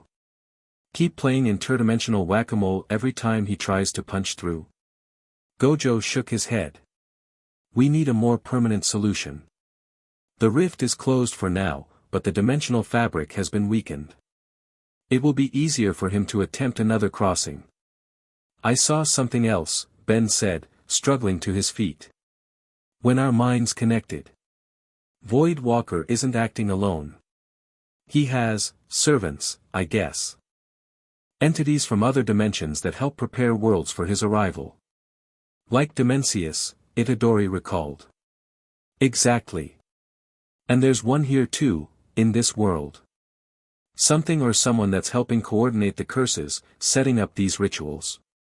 Gojo's expression darkened. "Then we need to find this servant and eliminate it. Cut off Void Walker's influence in our world at the source." As they made their way out of the shrine, Ben noticed the Omnitrix was behaving strangely again, the holographic display activating on its own, cycling through his alien forms before settling on one he didn't immediately recognize. "That's weird," he muttered, examining the unfamiliar silhouette. "I don't remember unlocking this one." Gojo glanced at the display. "A new transformation? Created by your contact with Void Walker, perhaps?" "Maybe," Ben said uncertainly. "Or maybe the Omnitrix is evolving in response to this world's energy. Either way, I'm not trying it out until we're somewhere safer." "A wise decision," Gojo agreed. "Unknown variables should be approached with caution." As they left the shrine grounds, none of them noticed the small, shadow-like curse that detached itself from Megumi's own shadow, slipping away into the darkness with purpose. It moved quickly through the city, eventually arriving at an abandoned warehouse on the outskirts of Tokyo. Inside, a figure waited, humanoid but clearly not human, with skin that shifted between solid and translucent and eyes that glowed with familiar purple light. "Report," the figure commanded. The shadow curse dissolved into a puddle of darkness that formed images, showing the Jujutsu sorcerers, Ben's transformations, the closing of the rift.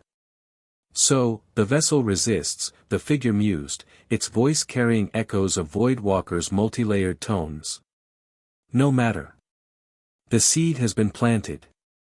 The Omnitrix is evolving as anticipated. The figure turned to a wall covered in strange, glowing symbols, a map of Tokyo with certain locations marked in pulsing purple light. The convergence approaches. The master will feed. All worlds will become one. The figure traced a finger along one particular mark on the map. And our next vessel awaits preparation. Back at Jujutsu High, Ben sat on the roof again, staring at the Omnitrix. The unfamiliar alien silhouette remained in the selection interface, tempting and concerning in equal measure. "You're up late," a voice observed. Ben looked up to see Yuji Itadori emerging from the stairwell. "Couldn't sleep," Ben admitted. "Every time I close my eyes, I see what I glimpsed through the rift." Voidwalker's consciousness, it was overwhelming. Like looking at an entire galaxy of malevolence. Itadori sat down beside him. "I get it. After I first ingested Sukuna's finger, I had nightmares for weeks. Still do, sometimes. How do you deal with it? Knowing something so powerful and dangerous is connected to you?" Itadori considered the question seriously. "I remind myself of why I'm doing this, to help people, to protect them from curses. And I remember that I'm not alone. I have friends who understand, who fight alongside me." Ben nodded, glancing at his friend. In the short time he'd been in this world, he'd developed a genuine bond with Itadori. Despite their different backgrounds, they shared the burden of carrying immense power and the responsibility that came with it. "When I was younger," Ben said, "the Omnitrix felt like a cool toy, a way to be a hero and have adventures. Then I learned it was the most powerful device in the galaxy, coveted by tyrants, warlords, conquerors. Everyone wanted to use it as a weapon. But you didn't let them," Itadori pointed out. "No. I decided if I was stuck with it, I'd use it my way, to protect people." Ben looked down at the watch again. "But now I'm wondering if that was always the plan, if the Omnitrix itself has been guiding me toward some larger purpose." "Like what?" "I don't know. But when I connected with the rift, when Voidwalker's mind touched mine, it felt like recognition.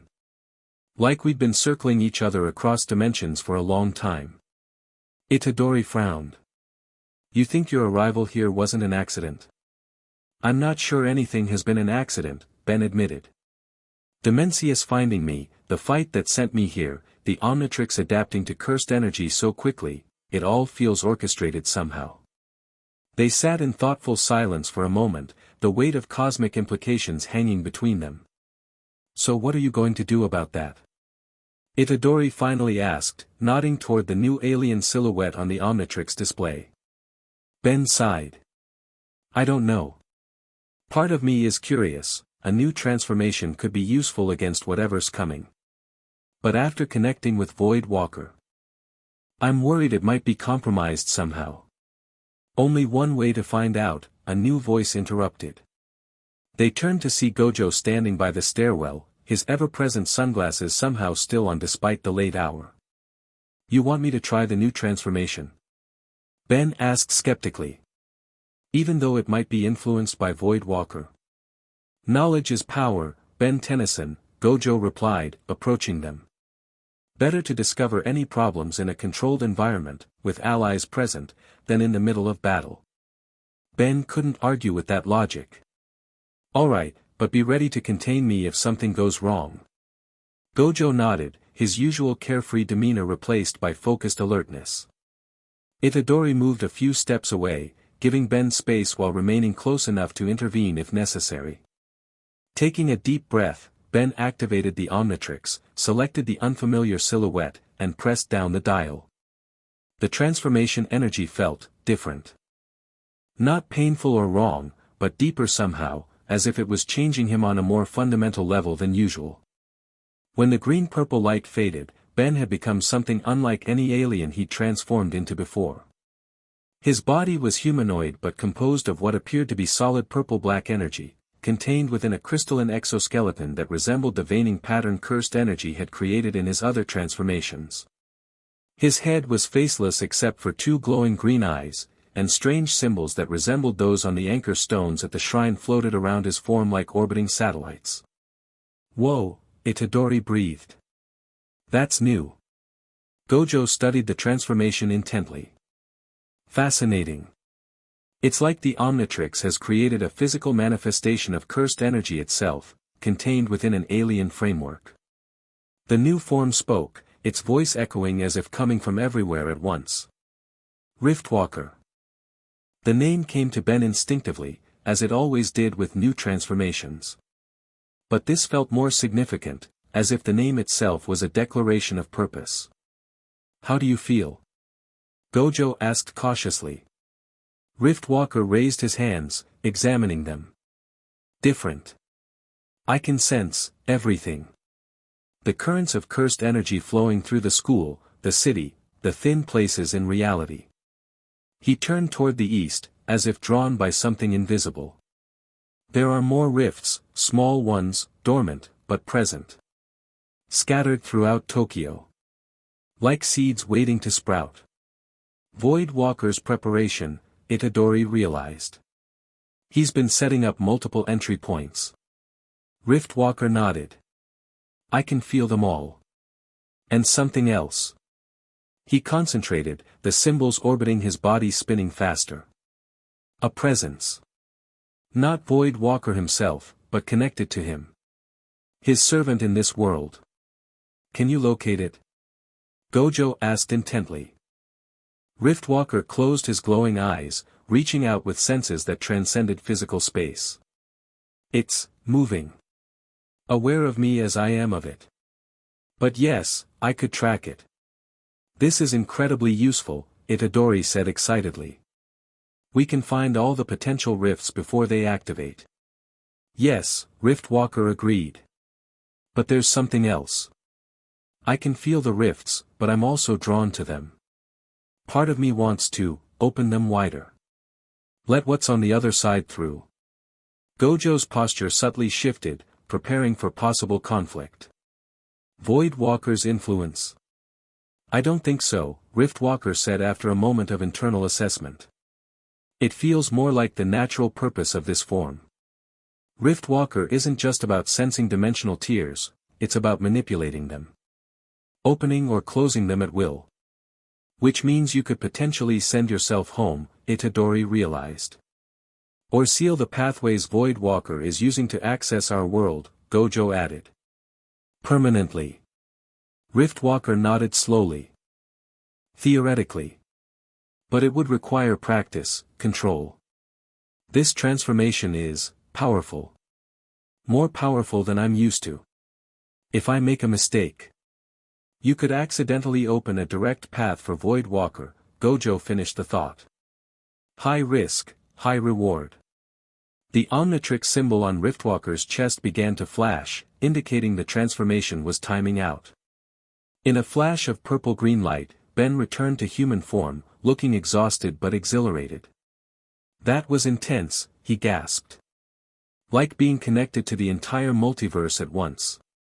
Gojo placed a steadying hand on his shoulder. "A double-edged sword, but potentially our greatest advantage. We need to train you to control this form precisely." "And quickly," Ben agreed. "Because I sensed something else while transformed. Void Walker isn't just trying to enter our world randomly. He's looking for something specific, something here in Tokyo that will allow him to manifest fully, without needing the rifts at all." "What is it?" Itadori asked. "I don't know exactly. But it has something to do with cursed objects, items of power. His servant is collecting them, preparing them somehow." Gojo's expression turned grim. "Then we need to identify these objects before they can be gathered. I'll alert the other Jujutsu sorcerers, have them secure any known cursed artifacts in the region." As they headed back inside, Ben's mind was racing with the implications of his new transformation. Riftwalker represented something unprecedented, a form created not from alien DNA alone, but from a unique interaction between the Omnitrix, cursed energy, and Void Walker's dimensional powers. It was evolution in the truest sense, adaptation in response to a new environment, new challenges. But evolution wasn't always beneficial to the organism itself. Sometimes it served another purpose entirely.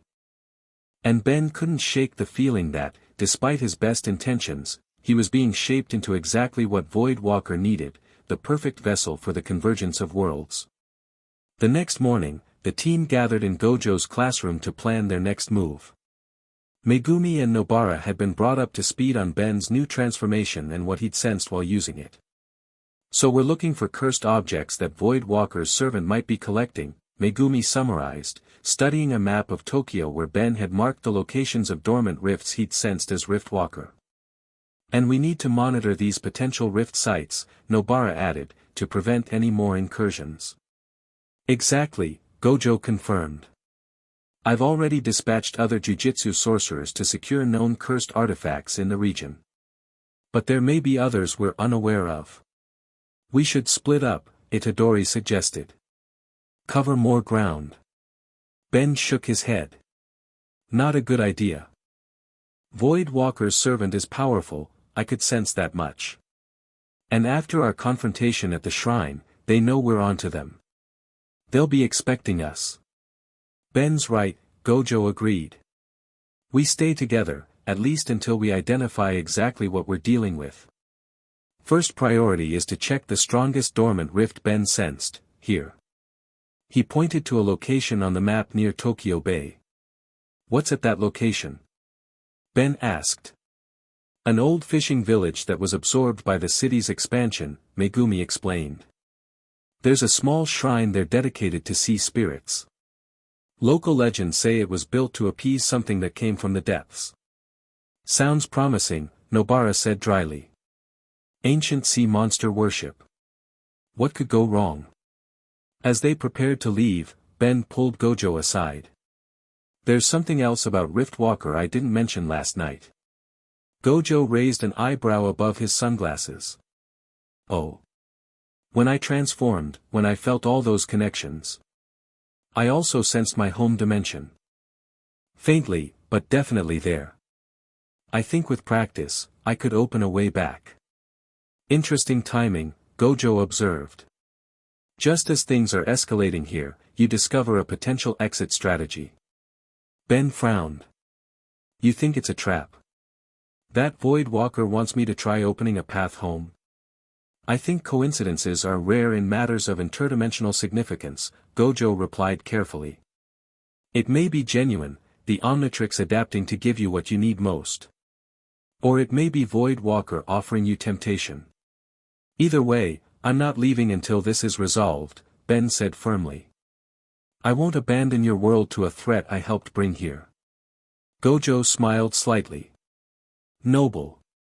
But remember that sometimes the hardest choice is knowing when to retreat, when to fight another day. If staying puts both our worlds at greater risk." "I understand," Ben nodded. "But for now, I'm seeing this through." They rejoined the others, and soon the team was heading toward Tokyo Bay in one of Jujutsu High's vehicles, a nondescript van that Gojo drove with surprising skill despite his casual attitude. As they approached the Bay Area, Ben felt the Omnitrix pulse in response to the nearby dormant rift. The purple in its glow intensified slightly, as if resonating with something. "We're getting close," he said. "The rift here is stronger than the others I sensed, older somehow." Megumi nodded. "According to the records, the shrine here predates most of Tokyo's expansion. It's at least 500 years old. A long-standing weak point between dimensions," Gojo mused. "Void Walker may have been attempting to access this world for centuries." They parked the van a short distance from the shrine and approached on foot.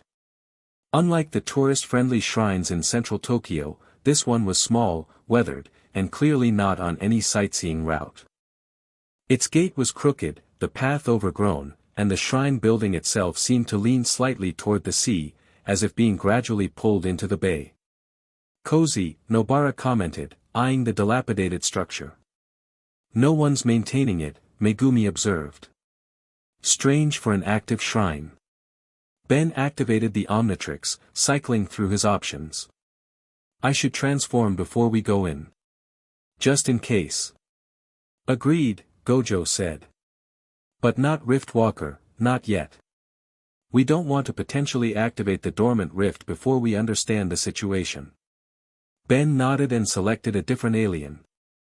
In a flash of green-purple light, he transformed into a blue moth-like being with large wings. Big chill, he announced softly, purple energy creating intricate patterns across his wings.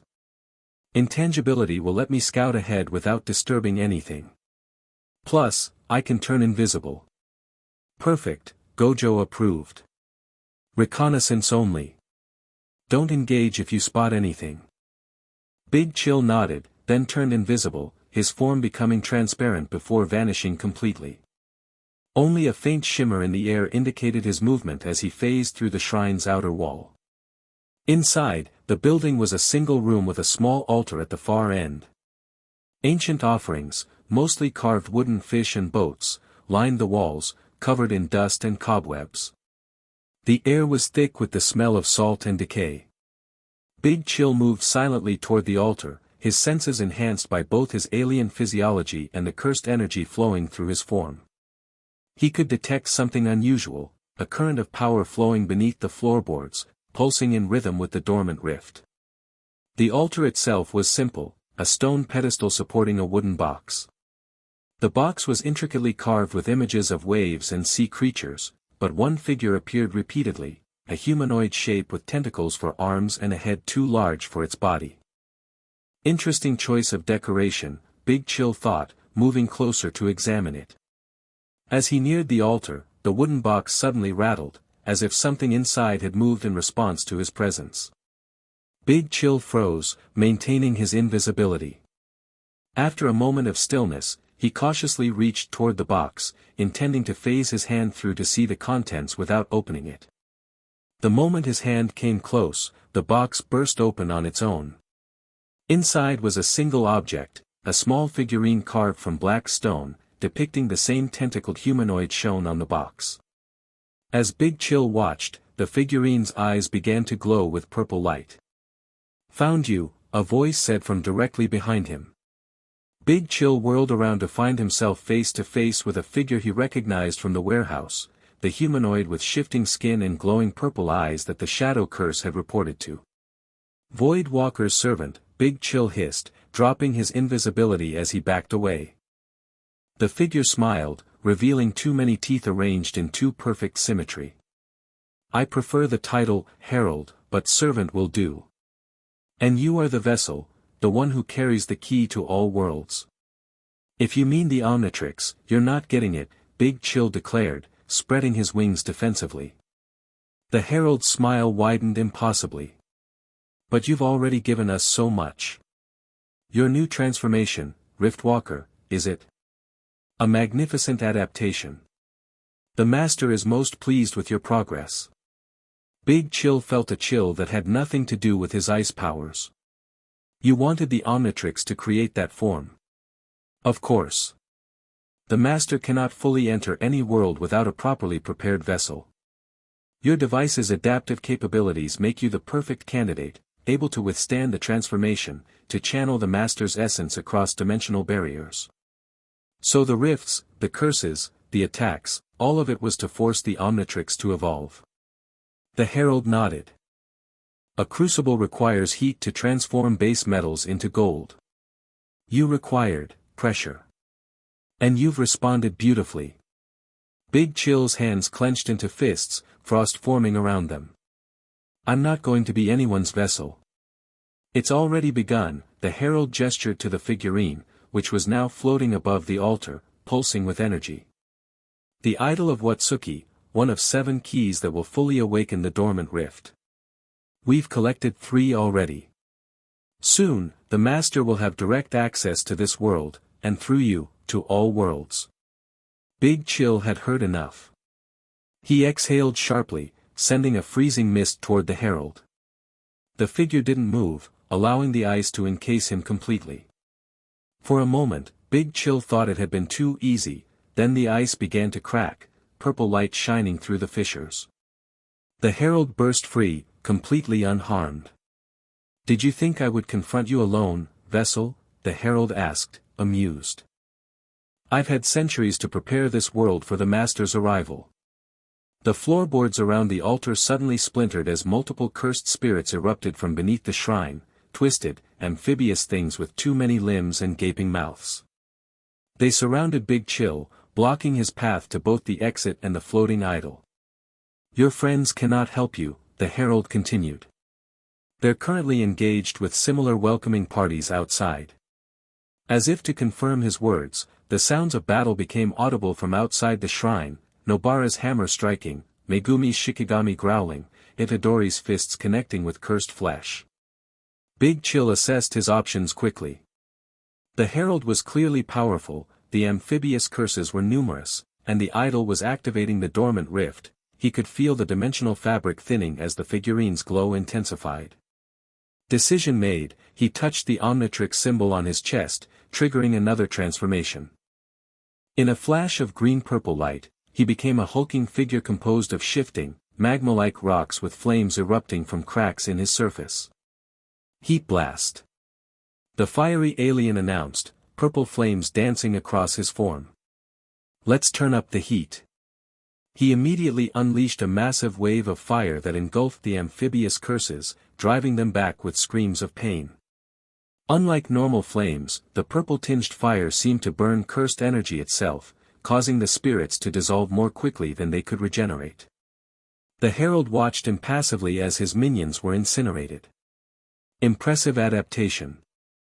The cursed energy enhances your natural abilities quite effectively. But it won't be enough.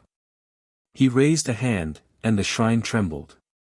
The wooden walls began to bleed black liquid that formed into more curses, these resembling humanoid figures with masks for faces, each mask depicting a different expression of human suffering.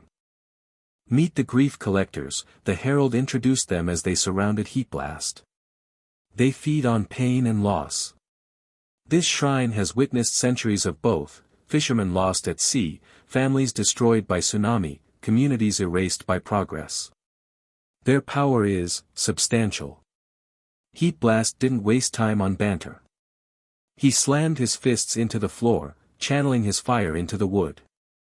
Purple flames spread rapidly, igniting the entire shrine in seconds. The grief collectors shrieked as the flames touched them, their masks cracking to reveal nothing but void beneath. "If they feed on pain," Heat Blast growled, "let's see how they handle a little anger instead." He pushed more power into the flames, shaping them with the cursed energy that flowed through his form. The fire responded to his emotions, forming patterns and symbols in the air as it consumed the curses. The herald finally showed concern, moving to protect the floating idol as the flames approached it. "Enough. You risk damaging the key." "That's the idea," Heat Blast replied, focusing his attack directly on the figurine. The herald thrust out both hands, creating a barrier of purple energy between the flames and the idol. "The master will not be denied his entry. Not when we're so close." Outside, the battle was intensifying. Through the burning walls, Heat Blast glimpsed his friends fighting against waves of aquatic curses that had emerged from the bay. Gojo was holding back the majority with his techniques, while Itadori, Megumi, and Nobara engaged those that broke through. "Your friends are strong," the herald acknowledged, maintaining his protective barrier around the idol. "But they face only a fraction of our forces. Even now, the other keys are being gathered, other rifts prepared. This is but one front in our campaign." Heat Blast narrowed his eyes. "Then I'll just have to end this front quickly." He touched the Omnitrix symbol again, transforming in another flash of light. This time, he became Riftwalker, the new form created by the interaction of the Omnitrix, cursed energy, and Voidwalker's influence. Riftwalker. The crystalline energy being announced, the symbols orbiting his body spinning rapidly. The herald's eyes widened. Yes. The vessel takes its true form. Riftwalker could feel the dormant rift now, not just sense it but actually perceive it, a tear in reality hidden beneath the shrine, pulsing in rhythm with the idol's glow. He could also feel Void Walker's presence beyond it, pressing against the dimensional barrier, seeking entry. "You think I'm going to help you open this rift?" Rift Walker asked, the symbols around him aligning into defensive formations. "Think again." "You misunderstand," the herald replied calmly. "The form itself is sufficient. Your consciousness, your will, these are irrelevant. The transformation is what matters." Rift Walker is the Master's creation, his tool for crossing between worlds. Rift Walker felt a sudden pull, not physical but metaphysical, as if something was trying to seize control of his form from within.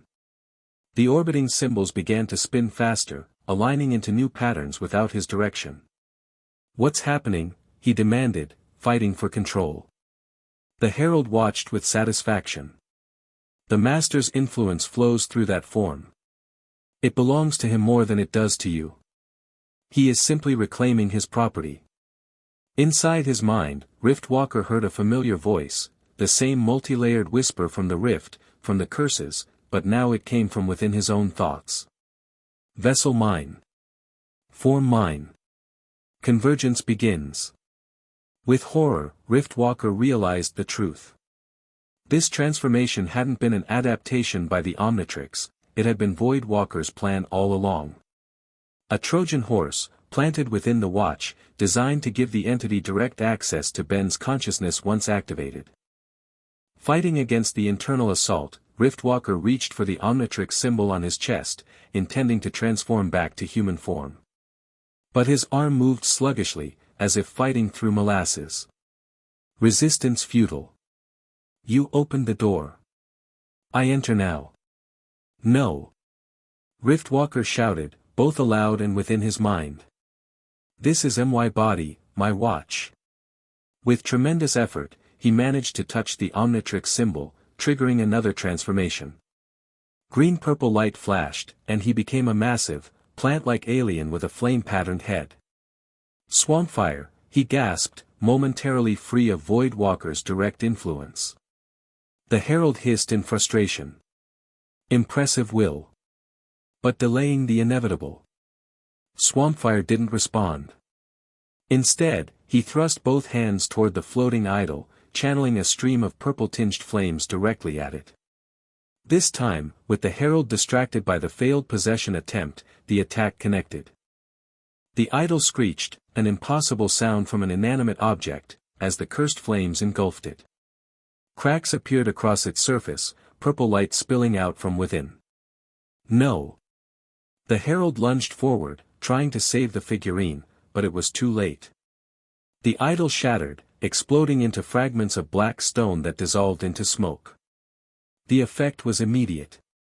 The dormant rift beneath the shrine contracted violently, the dimensional pressure releasing in a shockwave that sent both Swampfire and the herald flying in opposite directions.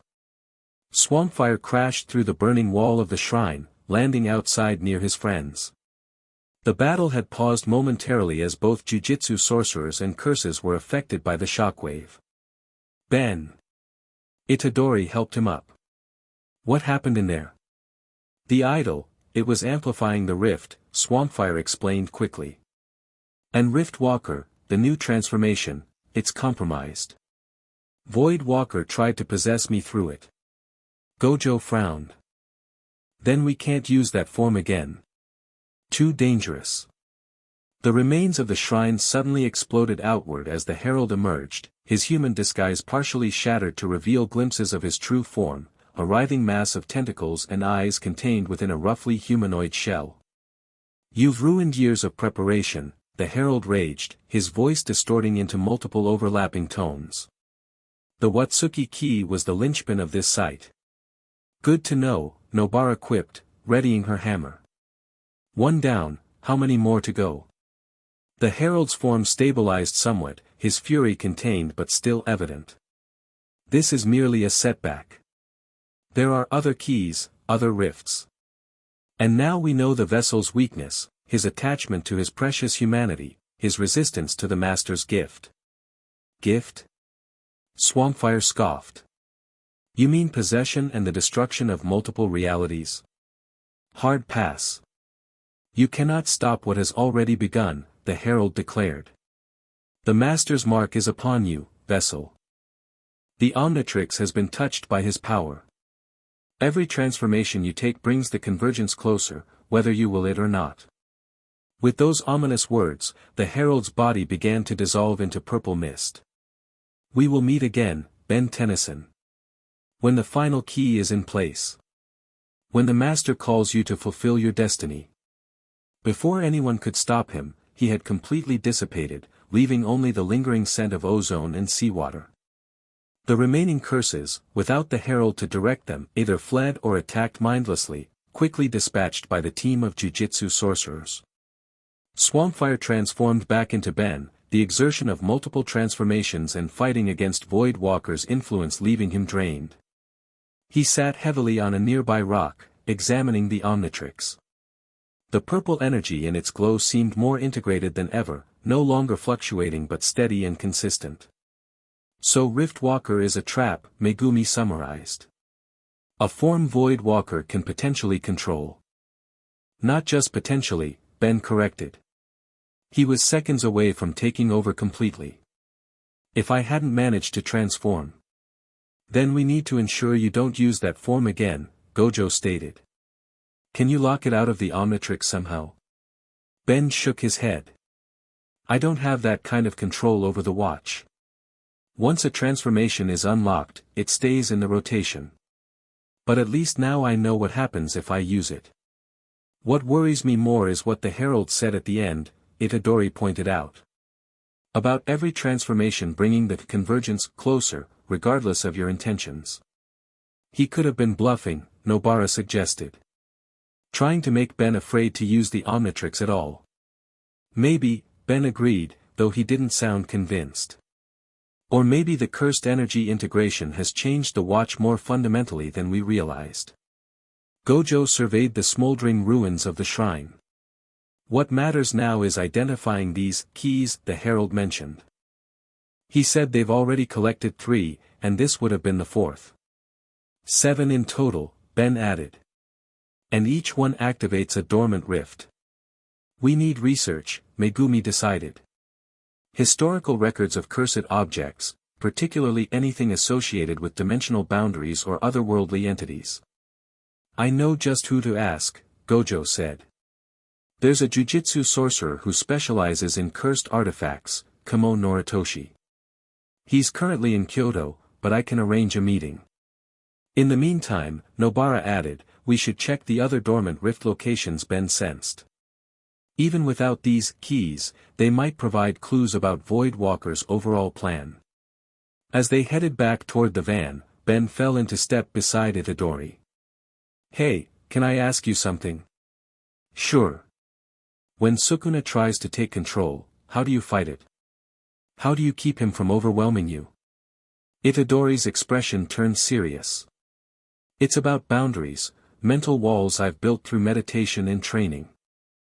But more than that, it's about conviction. Knowing exactly who I am and what I stand for.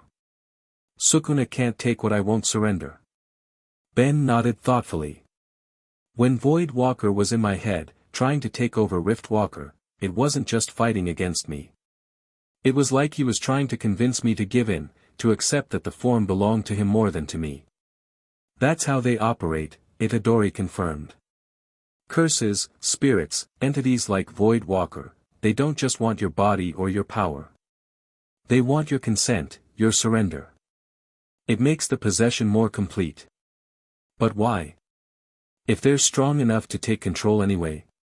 Itadori shrugged. I think it's because forced possession is always temporary. The host keeps fighting back. But if you surrender willingly, even partly, it's harder to reclaim yourself afterward. The insight gave Ben a new perspective on Void Walker's strategy. The entity wasn't just trying to use him as a passive vessel, it wanted Ben to accept the role, to embrace it. The question was, why? What advantage did willing participation provide that force could not? As they drove back toward Jujutsu High, Ben found himself staring at the Omnitrix, watching the purple-green glow pulse in rhythm with his heartbeat. For the first time since arriving in this world, He wondered if the watch was still truly his to control. Or if, with every transformation, he was surrendering a little more of himself to something vast and hungry that waited between worlds. Kamo Noritoshi arrived at Jujutsu High the following day, a serious young man with neatly combed dark hair and a crisp uniform. He carried with him several ancient books and scrolls, which he spread out on a table in Gojo's classroom. The 7 Keys of Watsuki, he began without preamble, pointing to illustrations in one of the older scrolls.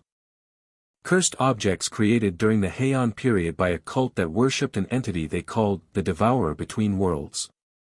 According to the records, this entity granted them the ability to see and manipulate curses in exchange for helping it enter our reality. Void Walker, Ben confirmed. Or at least, that's what he's calling himself now. Kamo nodded. The cult created 7 idols, each infused with cursed energy and placed at locations where the barrier between dimensions was naturally thin. Over time, the cult was destroyed, and the idols scattered. Jujutsu sorcerers of the era sought to collect and seal them, but only managed to secure 3. And now the herald is gathering them again, Megumi concluded. Do we know what the idols look like? Where they might be? Kamo turned the scroll to reveal detailed illustrations of 7 small figurines, each depicting the same tentacled humanoid Ben had seen in the shrine, but with subtle variations in posture and details. The one Ben destroyed was the water key, Kamo explained, pointing to one illustration. The others represent earth, fire, air, void, spirit, and time. Each must be placed at a specific location corresponding to its element. The dormant rifts I sensed as Rift Walker, Ben realized. 7 of them, scattered around Tokyo. According to the records, if all 7 keys are activated simultaneously, they create what the cult called the Great Passage, a stable, permanent gateway between dimensions. Gojo, who had been uncharacteristically quiet, finally spoke. And you said your organization has secured 3 of these idols? Kamo's expression tightened. Had secured. 2 were stolen from our vaults last month. The 3rd disappeared from Kyoto Jujutsu High 3 days ago. That matches what the herald told me, Ben said grimly. They already have 3 keys. So they need 4 more, Itadori counted. And we've destroyed 1, so that leaves 3 they still need to find. Nobara leaned forward, studying the illustrations. Do we know where these remaining 3 might be? Kamo shook his head. The records are incomplete. But there are references to guardians, powerful jujutsu sorcerers who took personal responsibility for hiding individual keys, taking the locations to their graves. Great, Nobara sighed. So we're looking for 3 cursed objects hidden by people centuries ago who deliberately didn't leave directions. Not necessarily, Gojo interjected. Jujutsu sorcerers rarely act alone. They have students, families, records. Even if the exact locations weren't written down, there might be clues in family histories, oral traditions. I can help with that research, Kamo offered. My family's records go back to the Heian period. There might be mentions of the guardians or the keys. Ben studied the illustrations of the remaining idols. In the meantime, I can use Riftwalker's sensing abilities to try and locate the dormant rifts. Even if I can't transform into him safely, I might be able to get information from the Omnitrix's scan function. Too risky, Gojo decided immediately. If accessing that form's abilities gives Voidwalker any opening to influence you again. He's right, Itadori agreed. We'll find another way. Ben wasn't entirely convinced but nodded anyway. Then we need to split up, cover more ground. The Herald is still out there, still hunting for the remaining keys. Agreed, Gojo said. Kamo will continue the historical research. Fushiguro, you and Kujisaki check these locations. He pointed to several spots on a map of Tokyo. They're known sites of cursed object manifestations, possible hiding places for the keys. What about us? Itadori asked, gesturing between himself and Ben. You two are with me, Gojo replied. We're going to see an old friend of mine, someone who might have more direct knowledge about dimensional barriers and how to strengthen them. As the meeting concluded and they prepared to depart on their separate missions, Ben pulled Itadori aside. "I need a favor," he said quietly, making sure the others couldn't overhear. "It's about Riftwalker." Itadori frowned. "Ben, we just agreed it's too dangerous." I know. But I've been thinking, what if we could use it against Voidwalker? Turn his own creation against him? How?" Ben glanced toward the others to ensure they were still distracted, then continued. "When I was transformed, before Voidwalker tried to take control, I could sense everything about the rifts, their locations, their states, how to manipulate them. That information could be crucial. But the risk would be minimized if someone was there to snap me out of it if things go wrong," Ben finished. "Someone who understands what it's like to share their body with another consciousness. Someone who could pull me back if I start to lose myself." Understanding dawned on Itadori's face. "You want me to help you transform into Riftwalker in controlled conditions?" "Just long enough to gather the information we need," Ben confirmed. "Gojo and the others would never agree, which is why I'm asking just you. We do it quickly, quietly, and only once." Itadori was quiet for a long moment, considering. "When Sukuna takes over, it's not always possible for others to bring me back. Sometimes it just has to run its course." "I know it's a risk," Ben acknowledged. "But we're running out of time. The Herald is collecting keys, Voidwalker is getting closer to breaking through, and we're still one step behind. We need an edge. And if you can't transform back? If he takes control completely?" Ben's expression hardened. "Then you do whatever you have to do to stop me. I trust you, Yuji." The use of his first name wasn't lost on Itadori. After another moment of internal debate, he nodded slowly. "Tonight, after the others are asleep. But at the first sign of trouble, I'm hitting the Omnitrix symbol to force you back to human form. Deal?" "Deal," Ben agreed, relief evident in his voice. "And thank you." As they rejoined the others, neither noticed Gojo watching them with a thoughtful expression, his uncanny perception having picked up far more of their whispered conversation than they realized. That night, Ben and Itadori met on the school roof as planned. The moon was full, providing ample light for their clandestine experiment. "Okay," Itadori said, his stance tense and ready. "Quick in and out. Get the information on the rifts, then immediately transform back. Don't try to do anything else with Riftwalker's powers." Ben nodded, his own nervousness evident in the way he fidgeted with the Omnitrix. "If anything seems off, anything at all, force me back. Don't hesitate." "I won't," Itadori promised grimly. "Ready when you are." Taking a deep breath to steady himself, Ben activated the Omnitrix, cycling through the alien silhouettes until he found Riftwalker's distinctive form. He hesitated just a moment, then pressed down the dial. The transformation energy washed over him, deeper and more profound than his usual changes. When the green-purple light faded, Riftwalker stood in Ben's place, the crystalline exoskeleton containing swirling purple-black energy, orbiting symbols spinning slowly around his form. "Ben?" Itadori asked cautiously, ready to move at the slightest sign of trouble. "You in control?" Riftwalker's glowing green eyes focused on him. "Yes, it's me.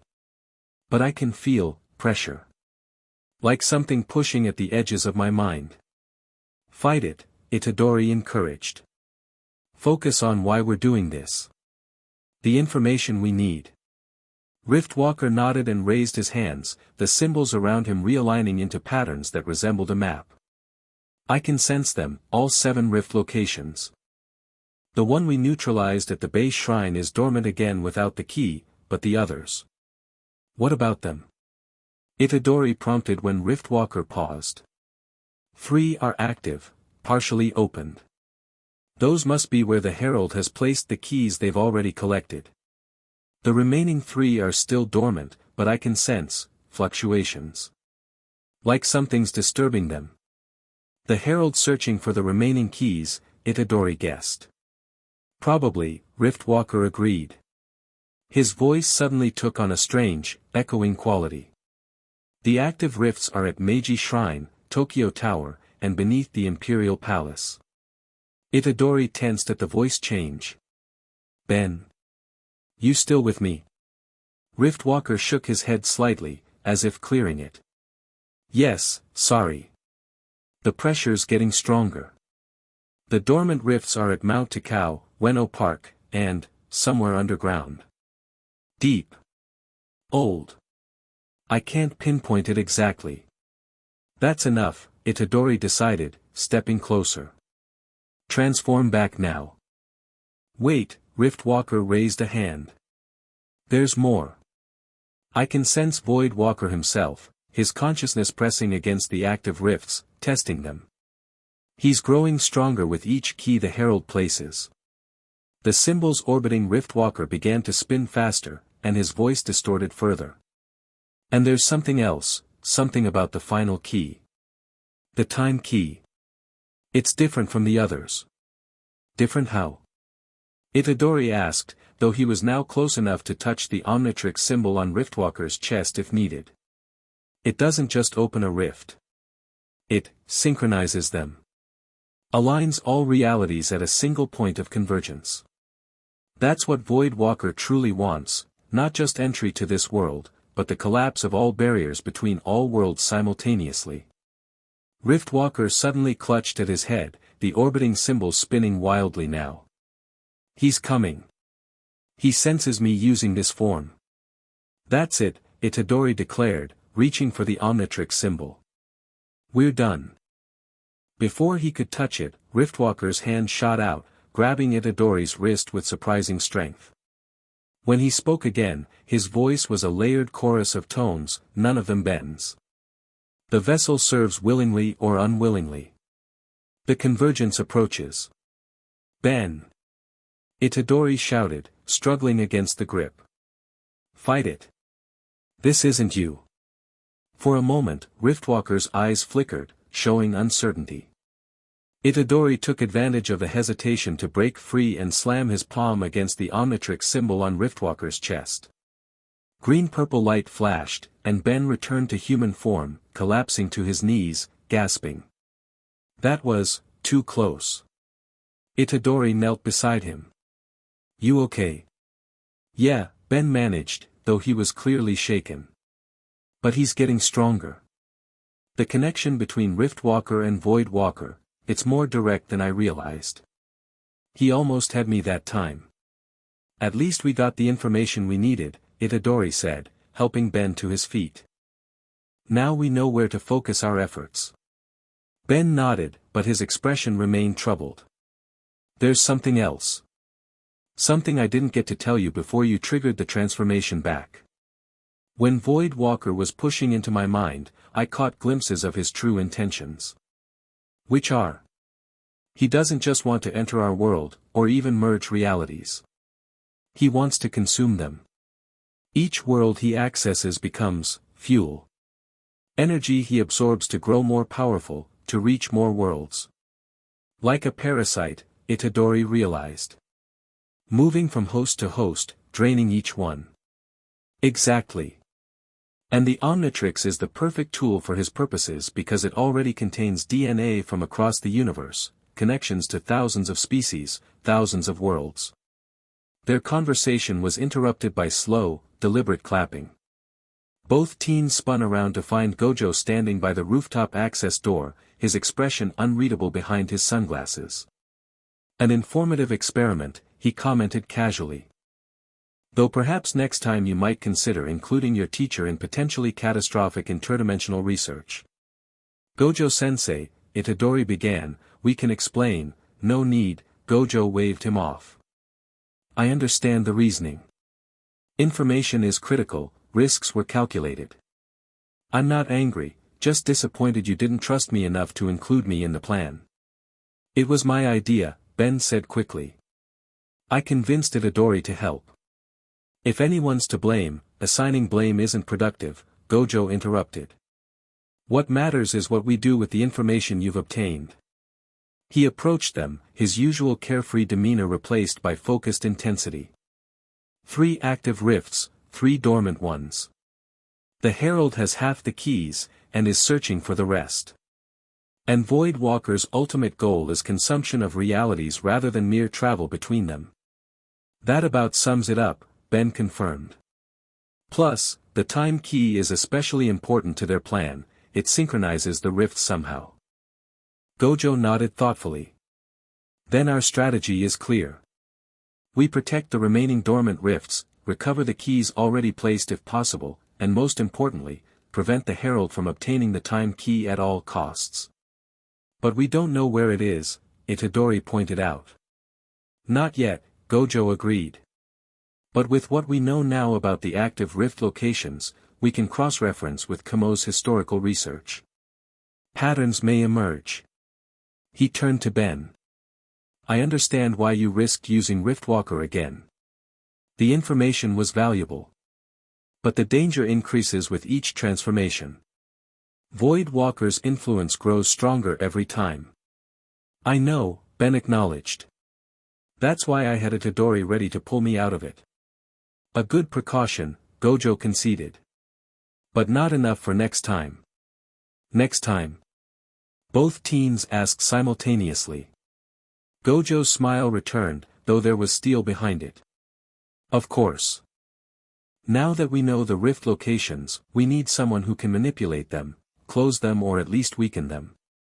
And only Riftwalker has that capability.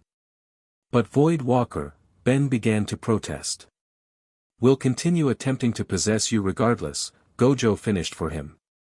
The question is whether we use that connection against him or allow him to dictate our actions through fear. He placed a hand on Ben's shoulder. I believe I can help create mental barriers, similar to what Itadori uses to contain Sukuna, that will give you more time in Riftwalker form before Void Walker can exert control. Is that possible? Itadori asked, clearly intrigued. With proper preparation, yes. It won't be permanent, but it should allow brief, controlled use of the form for specific purposes. Ben considered this. The idea of transforming into Riftwalker again terrified him after how close he'd come to losing control. But if it was their best weapon against Void Walker. Okay, he agreed finally. But we do it your way this time. Full safety protocols, whatever those are. Gojo nodded. We'll begin training tomorrow. For now, both of you get some rest. We have a busy day ahead, alerting the others to what we've learned and planning our next move. As they headed back inside, Ben felt a mix of relief and apprehension. They had crucial information now, a clearer picture of what they were facing. But the path forward involved deliberately using the very form Void Walker had created to possess him. It was a dangerous gambit, possibly playing right into the entity's hands. But sometimes, Ben reflected, the best way to defeat an enemy was to use their own weapon against them. He just hoped he was strong enough to control that weapon without being consumed by it. The next morning, the team gathered again, now armed with the information Ben had obtained as Riftwalker. Kamo had returned with additional historical records, and Megumi and Nobara reported on their investigations of potential key locations. Based on what we now know, Gojo began, pointing to a map of Tokyo with the 7 rift locations marked, we need to divide our efforts. 3 teams, 1 to investigate the active rifts and potentially retrieve the keys already placed, 1 to protect the dormant rifts from the Herald's agents, and 1 to track down the remaining keys before they can be found. The active rifts are likely heavily guarded, Megumi pointed out. Both by curses and possibly by this Herald himself. True, Gojo acknowledged. Which is why that will be my team, myself, Ben, and Itadori. We have the best chance of handling direct confrontation with Void Walker's forces. That leaves us to split between protection and search, Nobara said, gesturing to herself, Megumi, and Kamo. I should join the search team, Kamo suggested. My family's records contain references to at least one of the remaining keys, the Earth Key, supposedly hidden at a location connected to natural energy. Mount Takao, Ben confirmed. That's one of the dormant rift locations I sensed. Then that's where we start, Gojo decided. Kamo and Nobara will investigate Mount Takao, find and secure the Earth Key if possible. Megumi, you're our best sensor after Ben, you'll monitor the remaining dormant rifts, particularly Ueno Park, which is closest to the city center. And we'll check out the active rifts, Itadori concluded. Starting with which one?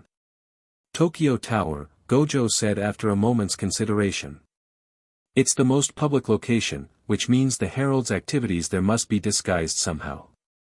Perhaps easier to disrupt without drawing too much attention. As the others prepared their equipment for their respective missions, Ben examined the Omnitrix.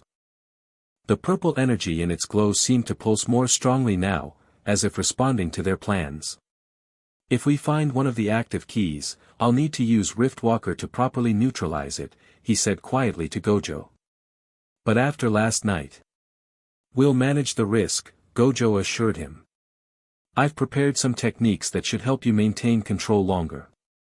Simple mental exercises to create barriers between your consciousness and external influences. Like what Itadori does with Sukuna. Similar in principle, though less complex since we're dealing with temporary transformation rather than permanent cohabitation. Ben nodded, though he didn't look entirely convinced. And if the barriers fail? If Void Walker takes control while I'm Riftwalker? Gojo's expression turned serious. Then I do what's necessary to protect both you and this world. But it won't come to that. I have faith in your strength of will, Ben Tennyson. The vote of confidence was reassuring, though Ben couldn't completely shake his concerns. Every time he transformed into Riftwalker, Void Walker's influence had been stronger, more direct. The entity was learning, adapting, just as the Omnitrix was. It was a race to see who could master the connection faster, Ben or Void Walker. And the stakes couldn't be higher. Tokyo Tower stood like a red and white sentinel above the city, its architecture reminiscent of the Eiffel Tower but distinctly Japanese in its details. As Ben, Itadori, and Gojo approached, the Omnitrix pulsed stronger, confirming what they already suspected, one of Void Walker's keys was active here. I don't sense any curses, Itadori said as they purchased tickets and entered the tower like normal tourists. At least, not obvious ones. They're here, Gojo replied quietly, his senses far more refined. But contained, controlled. Integrated into the structure somehow. Ben focused on the Omnitrix's reaction. Something went wrong with this response, please try again. Please start the next chapter now. The end. Thank you for watching this video. Please be sure to subscribe to our channel and like this video.